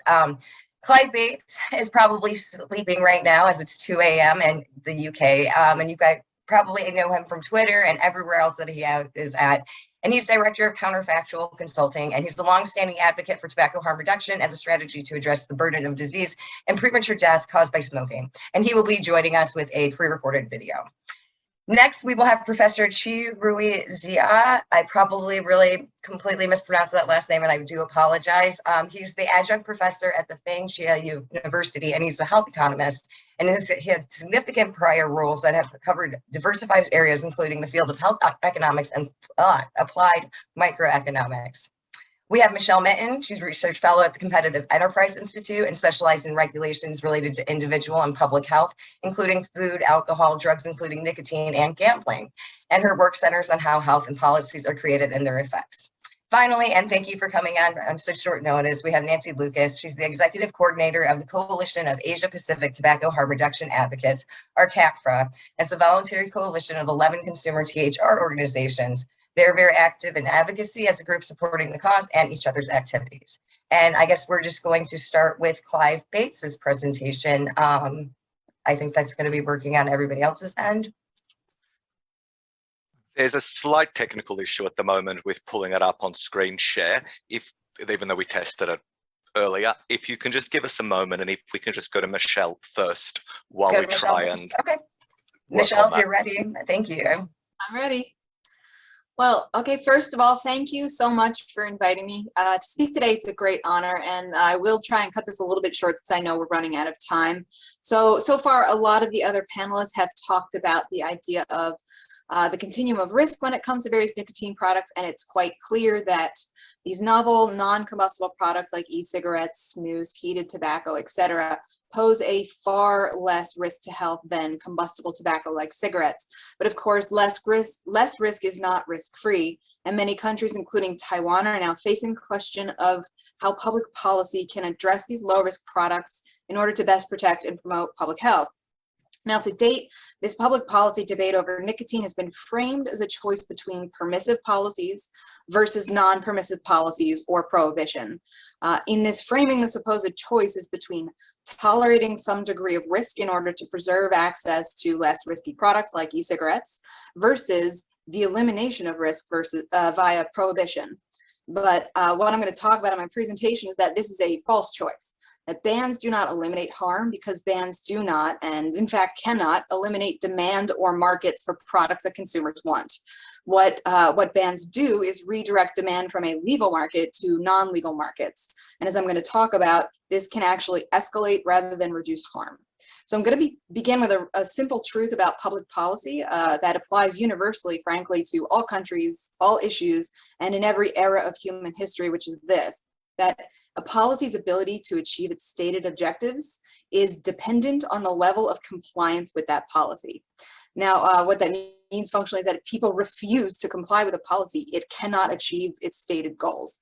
And when policies are less restrictive, people tend to find them easier to comply with. But as they become more restrictive, non-compliance increases. And as non-compliance with a policy increases, that policy becomes not just less effective, but can actually become counterproductive to whatever its goals are, as people pursue riskier and riskier means of circumventing the law. Now, to illustrate this somewhat complex sounding point, I'm going to present a few examples of where governments have tried to institute various levels of restrictions for certain products, and then discuss how those restrictions affected consumer behaviors, markets, and the policy's ability to achieve its stated goals. So I'm going to start with Australia, where one of our other speakers, Colin Mendelsohn, hails from, where at the end of 2021, they enacted a prohibition on the importation of nicotine. Now, prior to this, people could, so e-cigarette sales were legal so long as they didn't contain nicotine, and consumers could they were tacitly allowed to import nicotine for their own personal use. But citing fears over youth e-cigarette use, the government decided to bar the importation unless a person had a valid prescription, with violators facing up to $200,000 fines, and that's in USD. Now, given that at the time of this prohibition, there were fewer than 30 doctors, I think, in the country that were authorized to prescribe nicotine e-cigarettes, it acted basically as a prohibition. It wasn't just this prescription model that it was sold as. And with several 100,000 adult vapors throughout the country, demand for nicotine e-cigarettes didn't simply disappear when the new law went into effect. Instead, individual consumers who were previously importing nicotine for their personal use turned to illicit dealers, because illicit dealers were more willing to violate the law and take those particular risks. And within a few months, news stories started to appear about Uber drivers, for example, selling disposable nicotine e-cigarettes for $50 each, with similar deals taking place on other social media platforms like Instagram and TikTok. Now, it's too early at this point to say whether the law has had any impact on youth vaping in Australia. What we're seeing is a significant increase in the illicit market for these products in that country. And this market not only lacks guarantees about quality and safety of the products, but it also lacks any enforcement of the existing age restrictions. So it's unlikely that an Uber driver willing to break the law and potentially risk a $200,000 fine in order to sell vapor products to passengers legally would bother then to check the ID of their passengers to make sure that they're over age. So the law designed supposedly to reduce youth access to nicotine e-cigarettes may very well have inadvertently increased their access to these products. The second example is a little different. It's California here in the US, where they tried to institute regulations on recreational cannabis. Now here, the point was explicitly aimed at creating a safe market where adults could legally purchase cannabis, while the regulations were also meant to discourage, discourage youth access to cannabis and to eliminate all of the problems associated with the criminal cannabis market, something that Carmelo previously talked about, the problems with the criminal market. But even while California had legalized cannabis, the regulations proved so strict and costly that the number of legal dispensaries in the state remained relatively small and mostly clustered around a few major cities like LA and San Francisco. And the products they were selling were far more expensive than what consumers could still obtain on the illegal market, which as a result continued to thrive, and estimated now that still about 90% of all the sales of cannabis in California occur in the black or gray markets. And now what this means is that adult cannabis consumers are still not benefiting from the safe and legal market that the state's regulation promised, and youth continue to have access to these products through illicit dealers. Now, the third example, again, comes from America, and this time it's with regard to federal efforts to create an approval process for e-cigarettes. In this case, the Congress gave our FDA the ability to approve or deny e-cigarettes for sale, ostensibly to ensure that the e-cigarettes that were on the market legally were safe for adults and protective of public health. Prior to the deadline for these applications, FDA received about more than 6 million applications from companies who wanted to comply with the regulation. But after several years, the FDA has approved only 3 products, all made by one tobacco giant, R.J. Reynolds, and has also issued blanket denials for thousands of small and mid-sized vapor companies. Often these denials coming for their applications failing to include materials the FDA explicitly told them they did not need to include.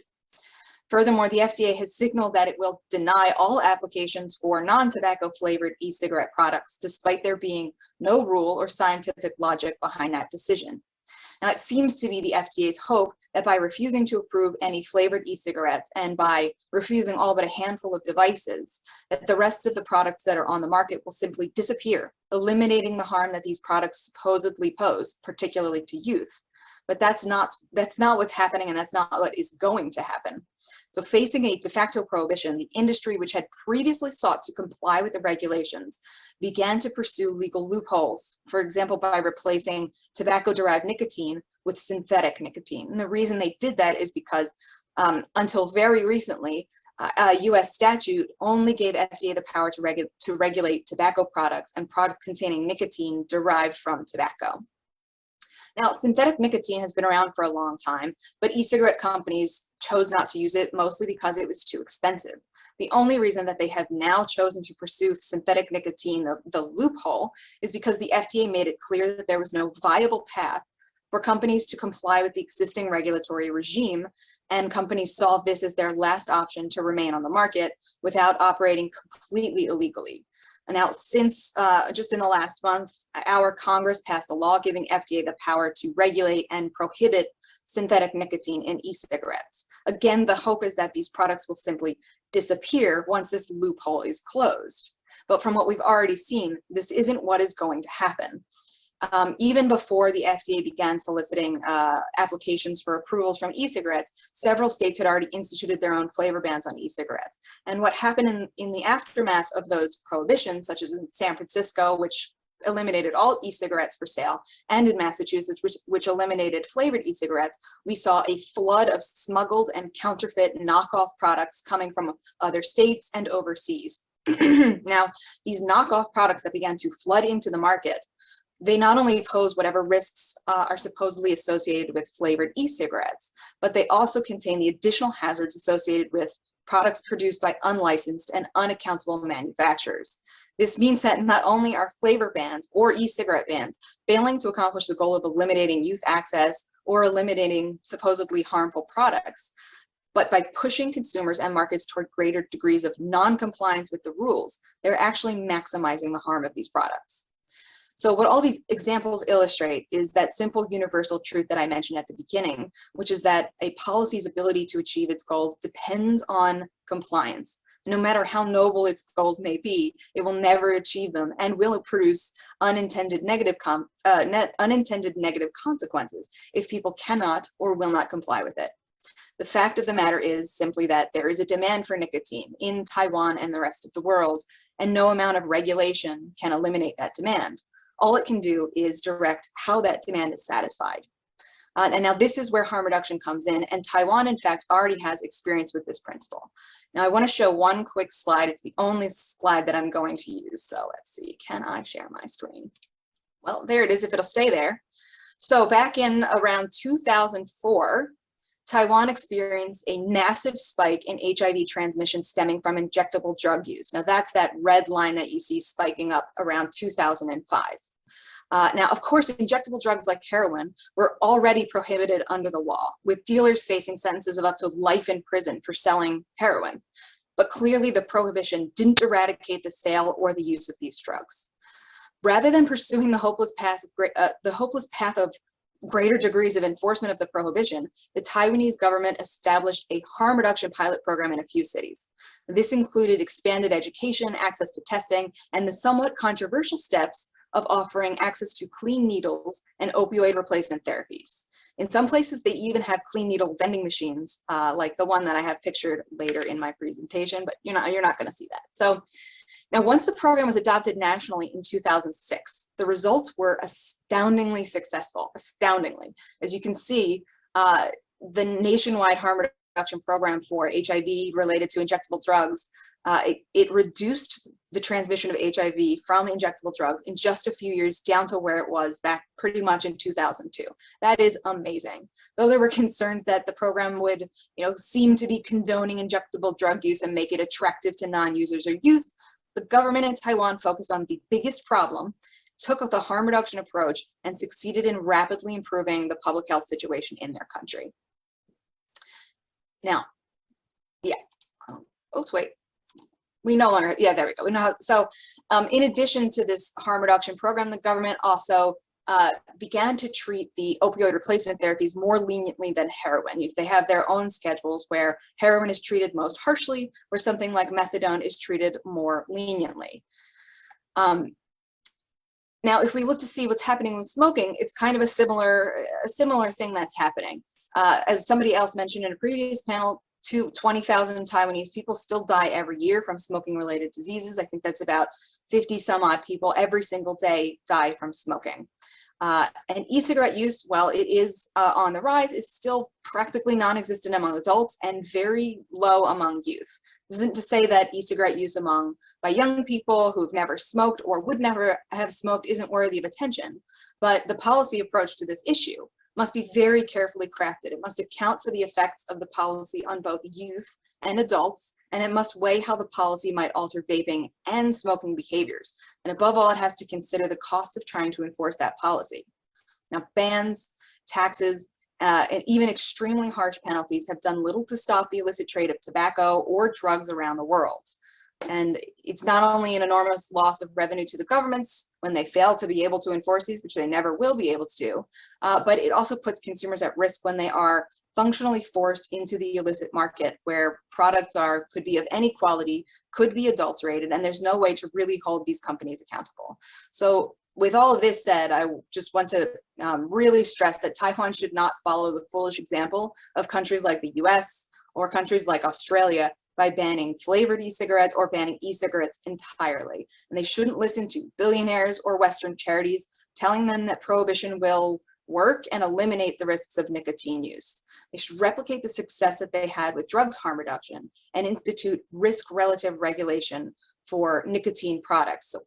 So make the harshest regulations for the most dangerous products like cigarettes and have more lenient, more easy to comply with regulations for the lower risk products that are such as non-combustible products. In this way, you can ensure that youth still don't have access to these products or have a lower access to these products, but that they are still available for consumers who wish to, so that consumers who wish to use nicotine, adult consumers still have the safest and least harmful options available to do that, still have the least harmful options available to them. So thank you very much for your time and attention. Thank you so much, Michelle. That was really informative. I didn't really know that about the HIV and harm reduction over in Taiwan. I do believe that we are ready for Clive Bates' video.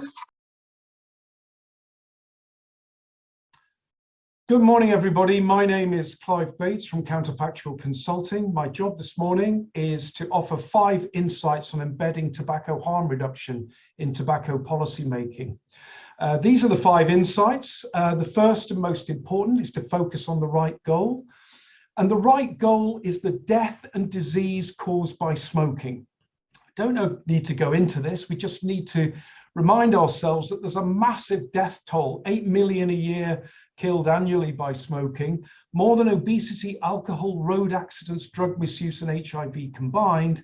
And worldwide, similar to the burden of death from COVID-19, but happening every year, year after year for multiple decades.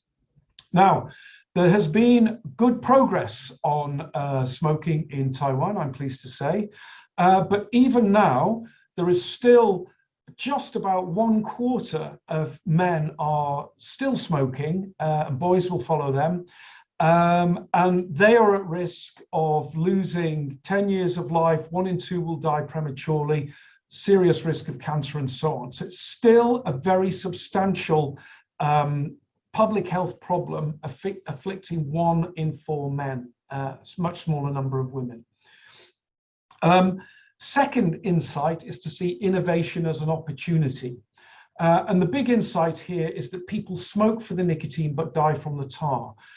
What's really doing the damage are products of combustion, the particles of sticky burnt tobacco smoke and the toxic gases that are inhaled into the lungs, not the nicotine. The nicotine is the reason why people smoke, but it's not what does the damage.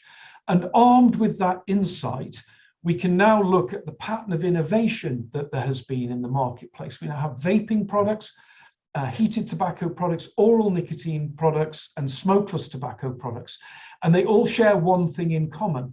They do not involve combustion. They all provide nicotine in a way that smokers find satisfying, but none of them involve combustion, smoke, or products of combustion. And that's the secret to tobacco harm reduction. In the case of vaping, the Royal College of Physicians said that e-cigarettes are unlikely to exceed 5% of the risks associated with smoked tobacco products and may well be substantially lower than this figure. And the reason we know this comes from biomarker data, information on how much toxicants can be found in blood, saliva, and urine. And the studies show that most of the toxicants that are harmful with smoking are either not present or present at much lower levels, or the levels that you would find in non-smokers. And that's the basis for our confidence in harm reduction. It's basically an innovation story.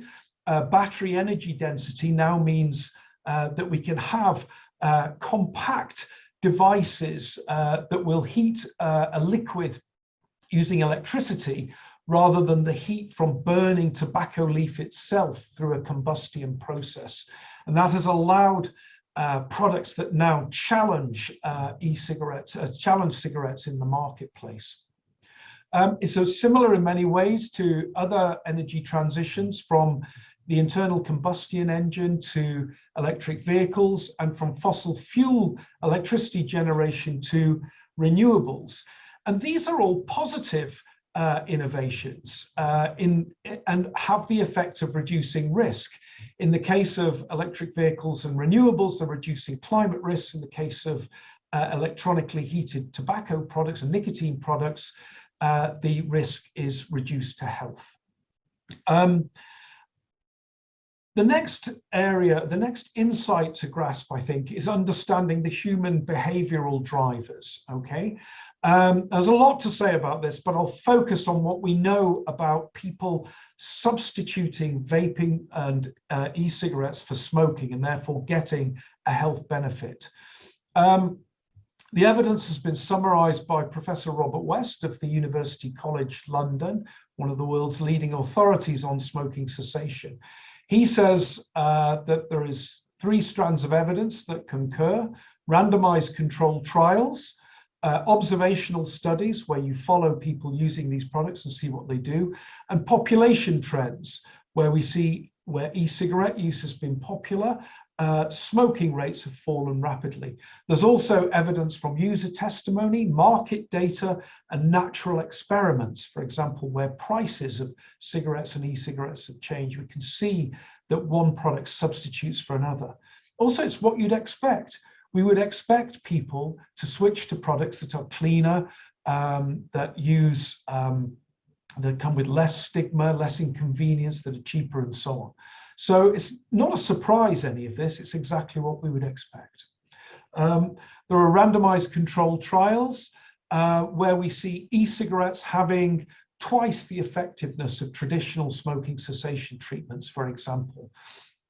But to get into the meat of this presentation, the key insight from a policymaker's point of view is to beware unintended consequences. Doing things that you think are the right thing to do for e-cigarettes or these other products, but actually ending up with more smoking. And the Royal College of Physicians, again, had a brilliant insight into this that I want to share. This is the text from the report, but I want to break it down in this extract here. Now, if a risk-averse and precautionary approach makes e-cigarettes less easily accessible, less palatable or acceptable, more expensive, less consumer-friendly, pharmacologically less effective, in other words, not as satisfying as cigarettes, or it inhibits innovation, then it causes harm by perpetuating smoking. Basically, the Royal College here recognize if you make life difficult for e-cigarettes, you're making life easy for the cigarette trade. That hasn't stopped there being a major international campaign for prohibition. The union here calling for low and medium income countries, not Taiwan, it's an advanced economy, prohibiting e-cigarettes and heated tobacco product sales. I cannot think of a more terrible idea than to prohibit a much safer alternative to cigarettes than while leaving cigarettes on the market. It just makes no sense at all. The effect will be to protect the cigarette trade, to create a black market in e-cigarettes and these other banned products, to engage young people in the illicit supply chain, and to remove the possibility of having good regulatory standards and appropriate fiscal environment. It's a completely mad idea to do this, but nevertheless, it's gaining traction. Don't take my word for it. The World Health Organization examined the ban on tobacco products in Bhutan and concluded that the illicit market was a greater challenge now, that illicit products had grown since the ban on sale in early 2000. And finally, unfortunately, as studies indicate, Bhutanese youth are at the center of this growing illegal trade in tobacco and its products. It's a truly terrible idea. Yet we're seeing this come up in Taiwan now. A proposal from the cabinet in January 2022, and Taipei moving to ban e-cigarettes in November 2021. Do not do this. It's a really terrible idea. You can see what the possible intent, you can imagine that the intended outcome is that the products, when banned, will disappear, and people who are using nicotine vaping or smoking will just give up completely and do something virtuous instead. In fact, there's a huge range, and I've listed some of them on this chart, of things that people will do instead. They'll buy from the illicit trade, buy from overseas over the internet, they'll go back to smoking, they'll not switch from smoking in the first place, they'll take up smoking instead of vaping, they'll switch to cannabinoids, they'll make their own, and so on. It's not a good policy to do this once you look at how people will actually respond, not how regulators want them to respond. So what is the right way to go about this? I call this risk proportionate regulation. The idea is quite simple. You use the strongest regulation on the most dangerous products. So for cigarettes, you would have high taxes, prohibit advertising, and have strong graphic warnings depicting disease. But for the safer products that are alternatives to cigarettes, you have low or zero tax, you control advertising themes and placement. You don't have a laissez-faire approach, but you don't ban the advertising because that's what encourages people to switch. And instead of gruesome warnings, you have messages encouraging switching. Okay, now you can set up a risk proportionate framework in which you're tough on cigarettes, you're not laissez-faire with the safer products, but you regulate in proportion to risk. And that's the crucial insight. Finally, I want to end with a comment from one of the gurus of innovation, Calestis Juma. Claims about the promise of new technology are at times greeted with skepticism, vilification, or outright opposition, often dominated by slander, innuendo, scare tactics, conspiracy theories, and misinformation. The assumption that new technologies carry unknown risks guides much of the debate, but this is often amplified to levels that overshadow the dangers of known risk. He wasn't talking about smoking, vaping, or nicotine, but he might have been. And that is a very prescient comment for the situation we now find ourselves in. And with these insights, I'm going to close my presentation. I hope that Taiwan will avoid the prohibitionist path and take the risk proportionate path. And I thank you for your attention. And I would now like to switch back to the panel for the rest of the presentation. Thank you very much for your attention. And we're back, and that was really great from Clive. Now we have Professor Chirui Jia. I'm probably terribly pronouncing that name, and I do apologize. Okay. Perfect. Okay. And okay, hello everyone. It's a great pleasure to present my research idea here. And I am an economist. Thus, my talk will share some new insight for tobacco policy. And for tobacco policy making from the perspective of economists as well as from the past research experience. The point that I want to emphasize is the transformation of the government role in tobacco policy making from regulator to helper. And let me start, it's shift a little bit quick. Let me start from my personal research experience. I began to conduct a series of research related to smoking behavior in early 1990s. At the same time, at that time, the smoking rate for adult male is near 60%. As you can see in this picture, at the beginning, it's near 60%. And now this rate has decreased to about 25%, as you can see from the previous slide presented by Clabet and this slide. And the substantial reduction in smoking rate among adult male is greater success in tobacco control effort, ranging from information provision, regulation, and tobacco tax. And next slide, please. And this long-term trend reducing, can you shift? This long-term trend in reducing smoking rate raises two interesting questions. The first one I would like to ask is why some smokers quit smoking and others still keep smoking? And the second one I would like to ask is whether the success of the tobacco control policy in the past guarantees the success in the future if we keep moving the same policy forward. Next slide, please. And my presentation will focus on these two questions. First, when we saw many smokers has quit smoking during the past 3 decades, while many others still keep smoking habit, it is natural to ask why some fail to quit. Maybe they do not know the risk of smoking harder. This is unlikely to be true after 3 decade effort on information communication about smoking risk. So the question is why some smokers continue their smoking habit after 3 decade effort for tobacco control. Next slide. I think the recent research on behavior economics offer answer for this question.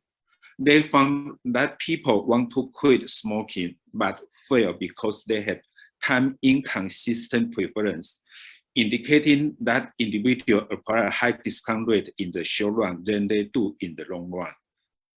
Next slide, please. A high discount rate would tend to make future costs less important. Thus, the future cost of smoking will loom large in the decision whether or not to smoke tomorrow than it does in the decision about whether to smoke today. Smokers always like to say, I will stop smoking tomorrow. But tomorrow never comes. This means that individuals lack self-control, although they know the risk of smoking. We always enjoy something today and say, I will stop it tomorrow. Based on, next slide, based on this research finding, we can conclude that smokers need someone to help them to quit smoking. As the government in Taiwan always say, Taiwan can help. A policy implication from this take-home message is that the goal of tobacco policy making should shift from regulator to helper. So the question, next slide. So the question turn to who can help? I think that the National Health Insurance Program should provide financial incentives for medical providers to offer smoking cessation program and design a new payment system to integrate prevention and treatment. This policy design could serve as a nudge to help smokers to quit. Next slide. Now, let me turn to the second question that I would like to discuss. As you have seen in the long-term trend of declining smoking, Taiwan did a good job in the past. However, the question is whether we can keep winning the battle in the future by adopting the same strategy that we did before. Next slide. I think that the answer is no. Our world is not just a simple linear world, and that we cannot do the same job and yield the same outcome all the time. Why we cannot just follow the same regulation rule as we did in the past? This is because there is a diminishing marginal return for policy, including tobacco policy. In addition, the world is dynamic in the sense that many new products emerge in the market over time. We need to have a new policy when we face a new challenge. For example, if we keep increasing cigarette tax, we will fall into the trap of level code in the sense that the high tax rate will yield a low revenue. In tobacco case, this may be due to the increase in tobacco smuggling. Many speakers in this morning mentioned this point, that when government increase the tobacco tax, we see more smuggling activity. So in addition, if we ban new tobacco product, it may just lead to the development of black market. The previous speaker already mentioned this point. So next slide. In conclusion, my point is that the current legislation proposal seems not hit the key point. The policy goal should focus on helping smokers to quit instead of pushing smokers into the corner. In addition, wrong policy will produce many unintended consequences, such as creating black market and damage the source of government tax revenue. I think that the timing lag behind, so I stop here. Thank you. So much, Professor. And Nancy did ask to have us just kind of go into Q&A. So can everybody on this panel turn on their cameras, and we'll get started on that. And if anybody's got a question, shoot it into the chat. And I do have a few questions that I wanted to ask myself. So I guess we can do this too. Well, I guess everyone can probably answer it. Should Taiwan develop its own health risk assessment system, or simply reference what we do in the United States, the pre-market tobacco applications, the PMTA, or maybe the European Tobacco Products Directive TPD model? I think they should probably, sorry, Michelle. I think they should probably look to what New Zealand's doing, because even though it's imperfect, as Lewis mentioned, it's working, and it doesn't have an onerous administrative burden to it. And it allowed for consumers to be involved in the process, and it allowed for the community itself to help one another to get us beyond the smoking burden. So I would say New Zealand, of course, being a former director of AFCA, of course I would say that, but it worked, and it's a small country. And I think that that's probably the easiest, fastest way to get it done.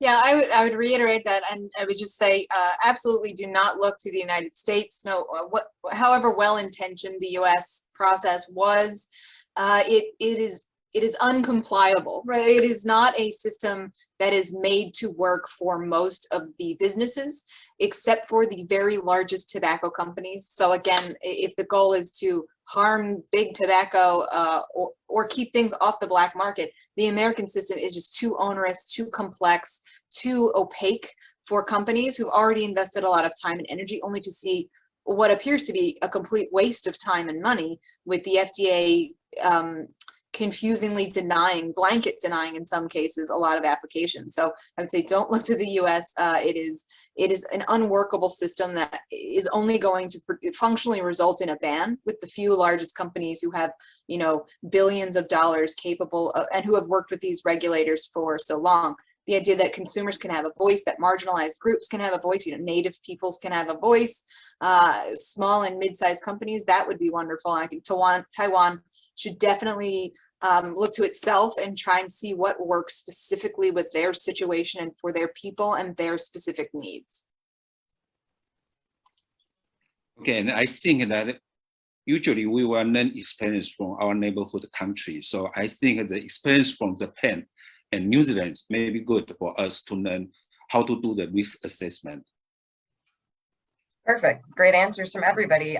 So when we are talking about harm reduction and talking about tobacco harm reduction, are we looking at, is this going to be a reduction to the smoker or a reduction of harm to the whole of society? And how should we think of this in terms of policy making?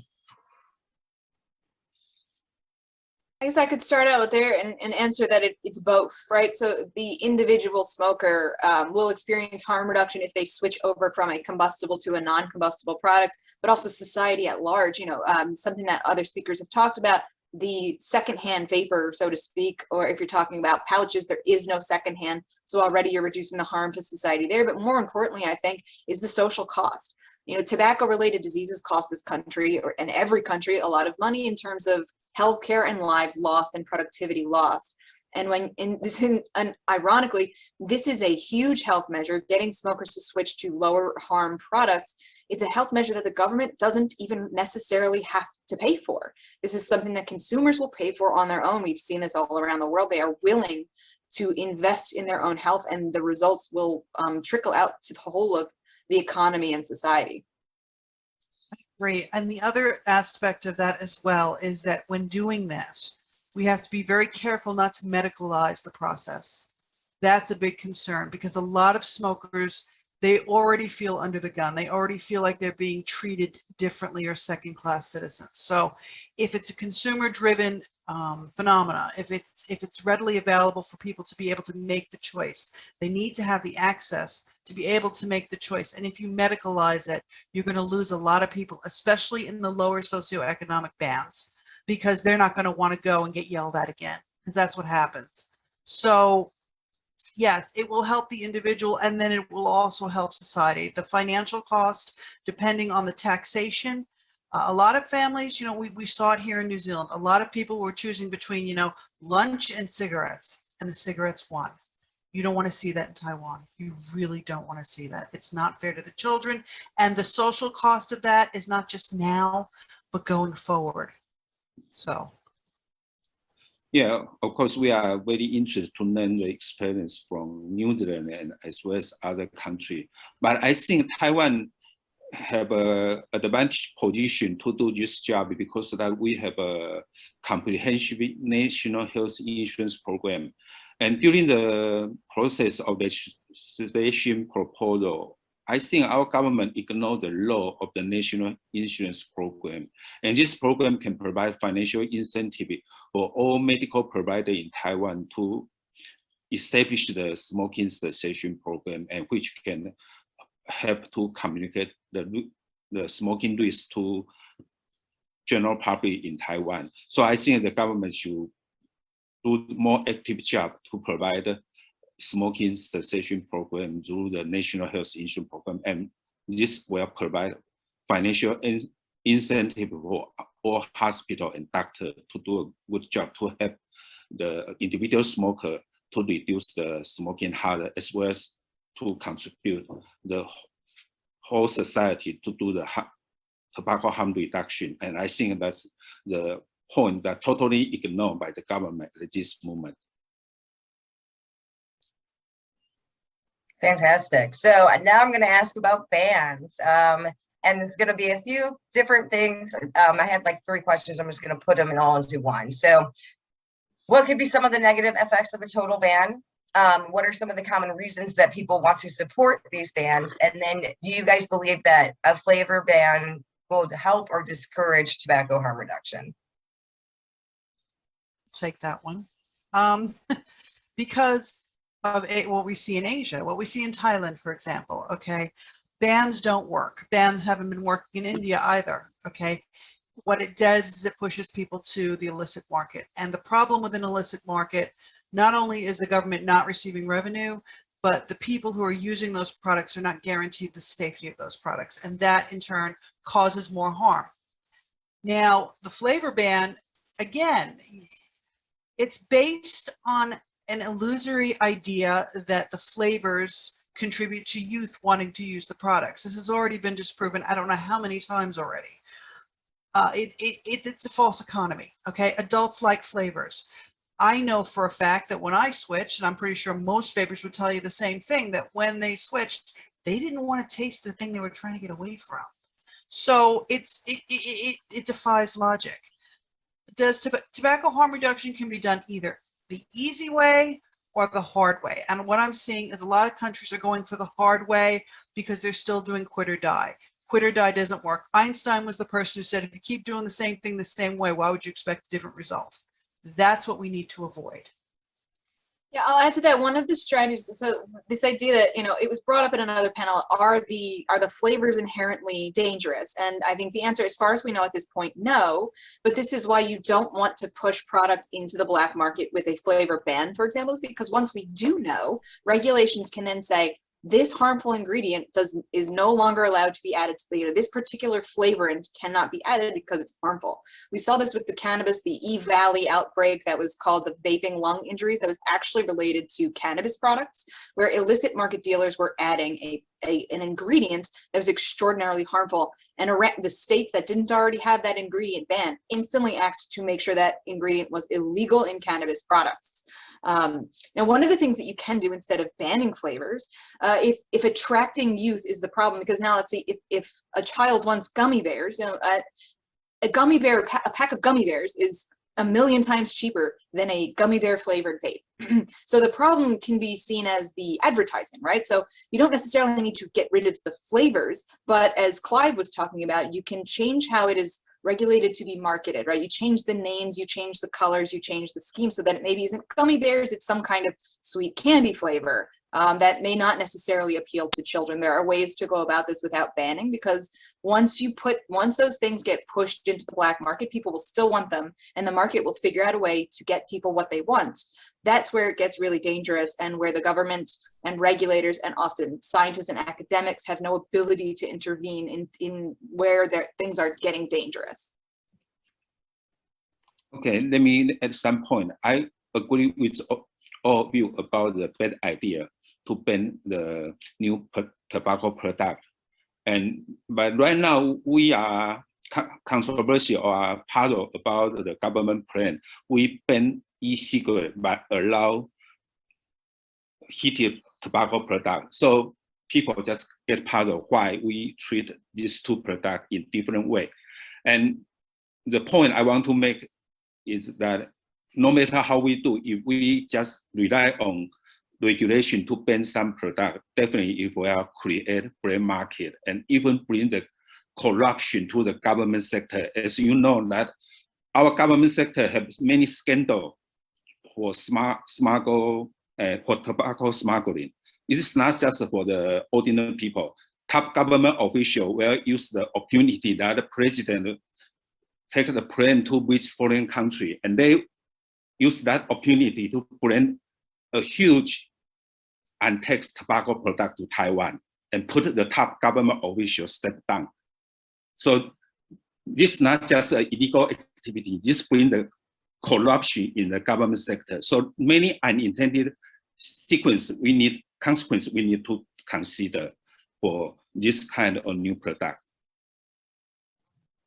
Fantastic. Well, I'm out of questions, but do any of you have any final thoughts before I let you all go? No, just thank you for letting me be here. Thank you.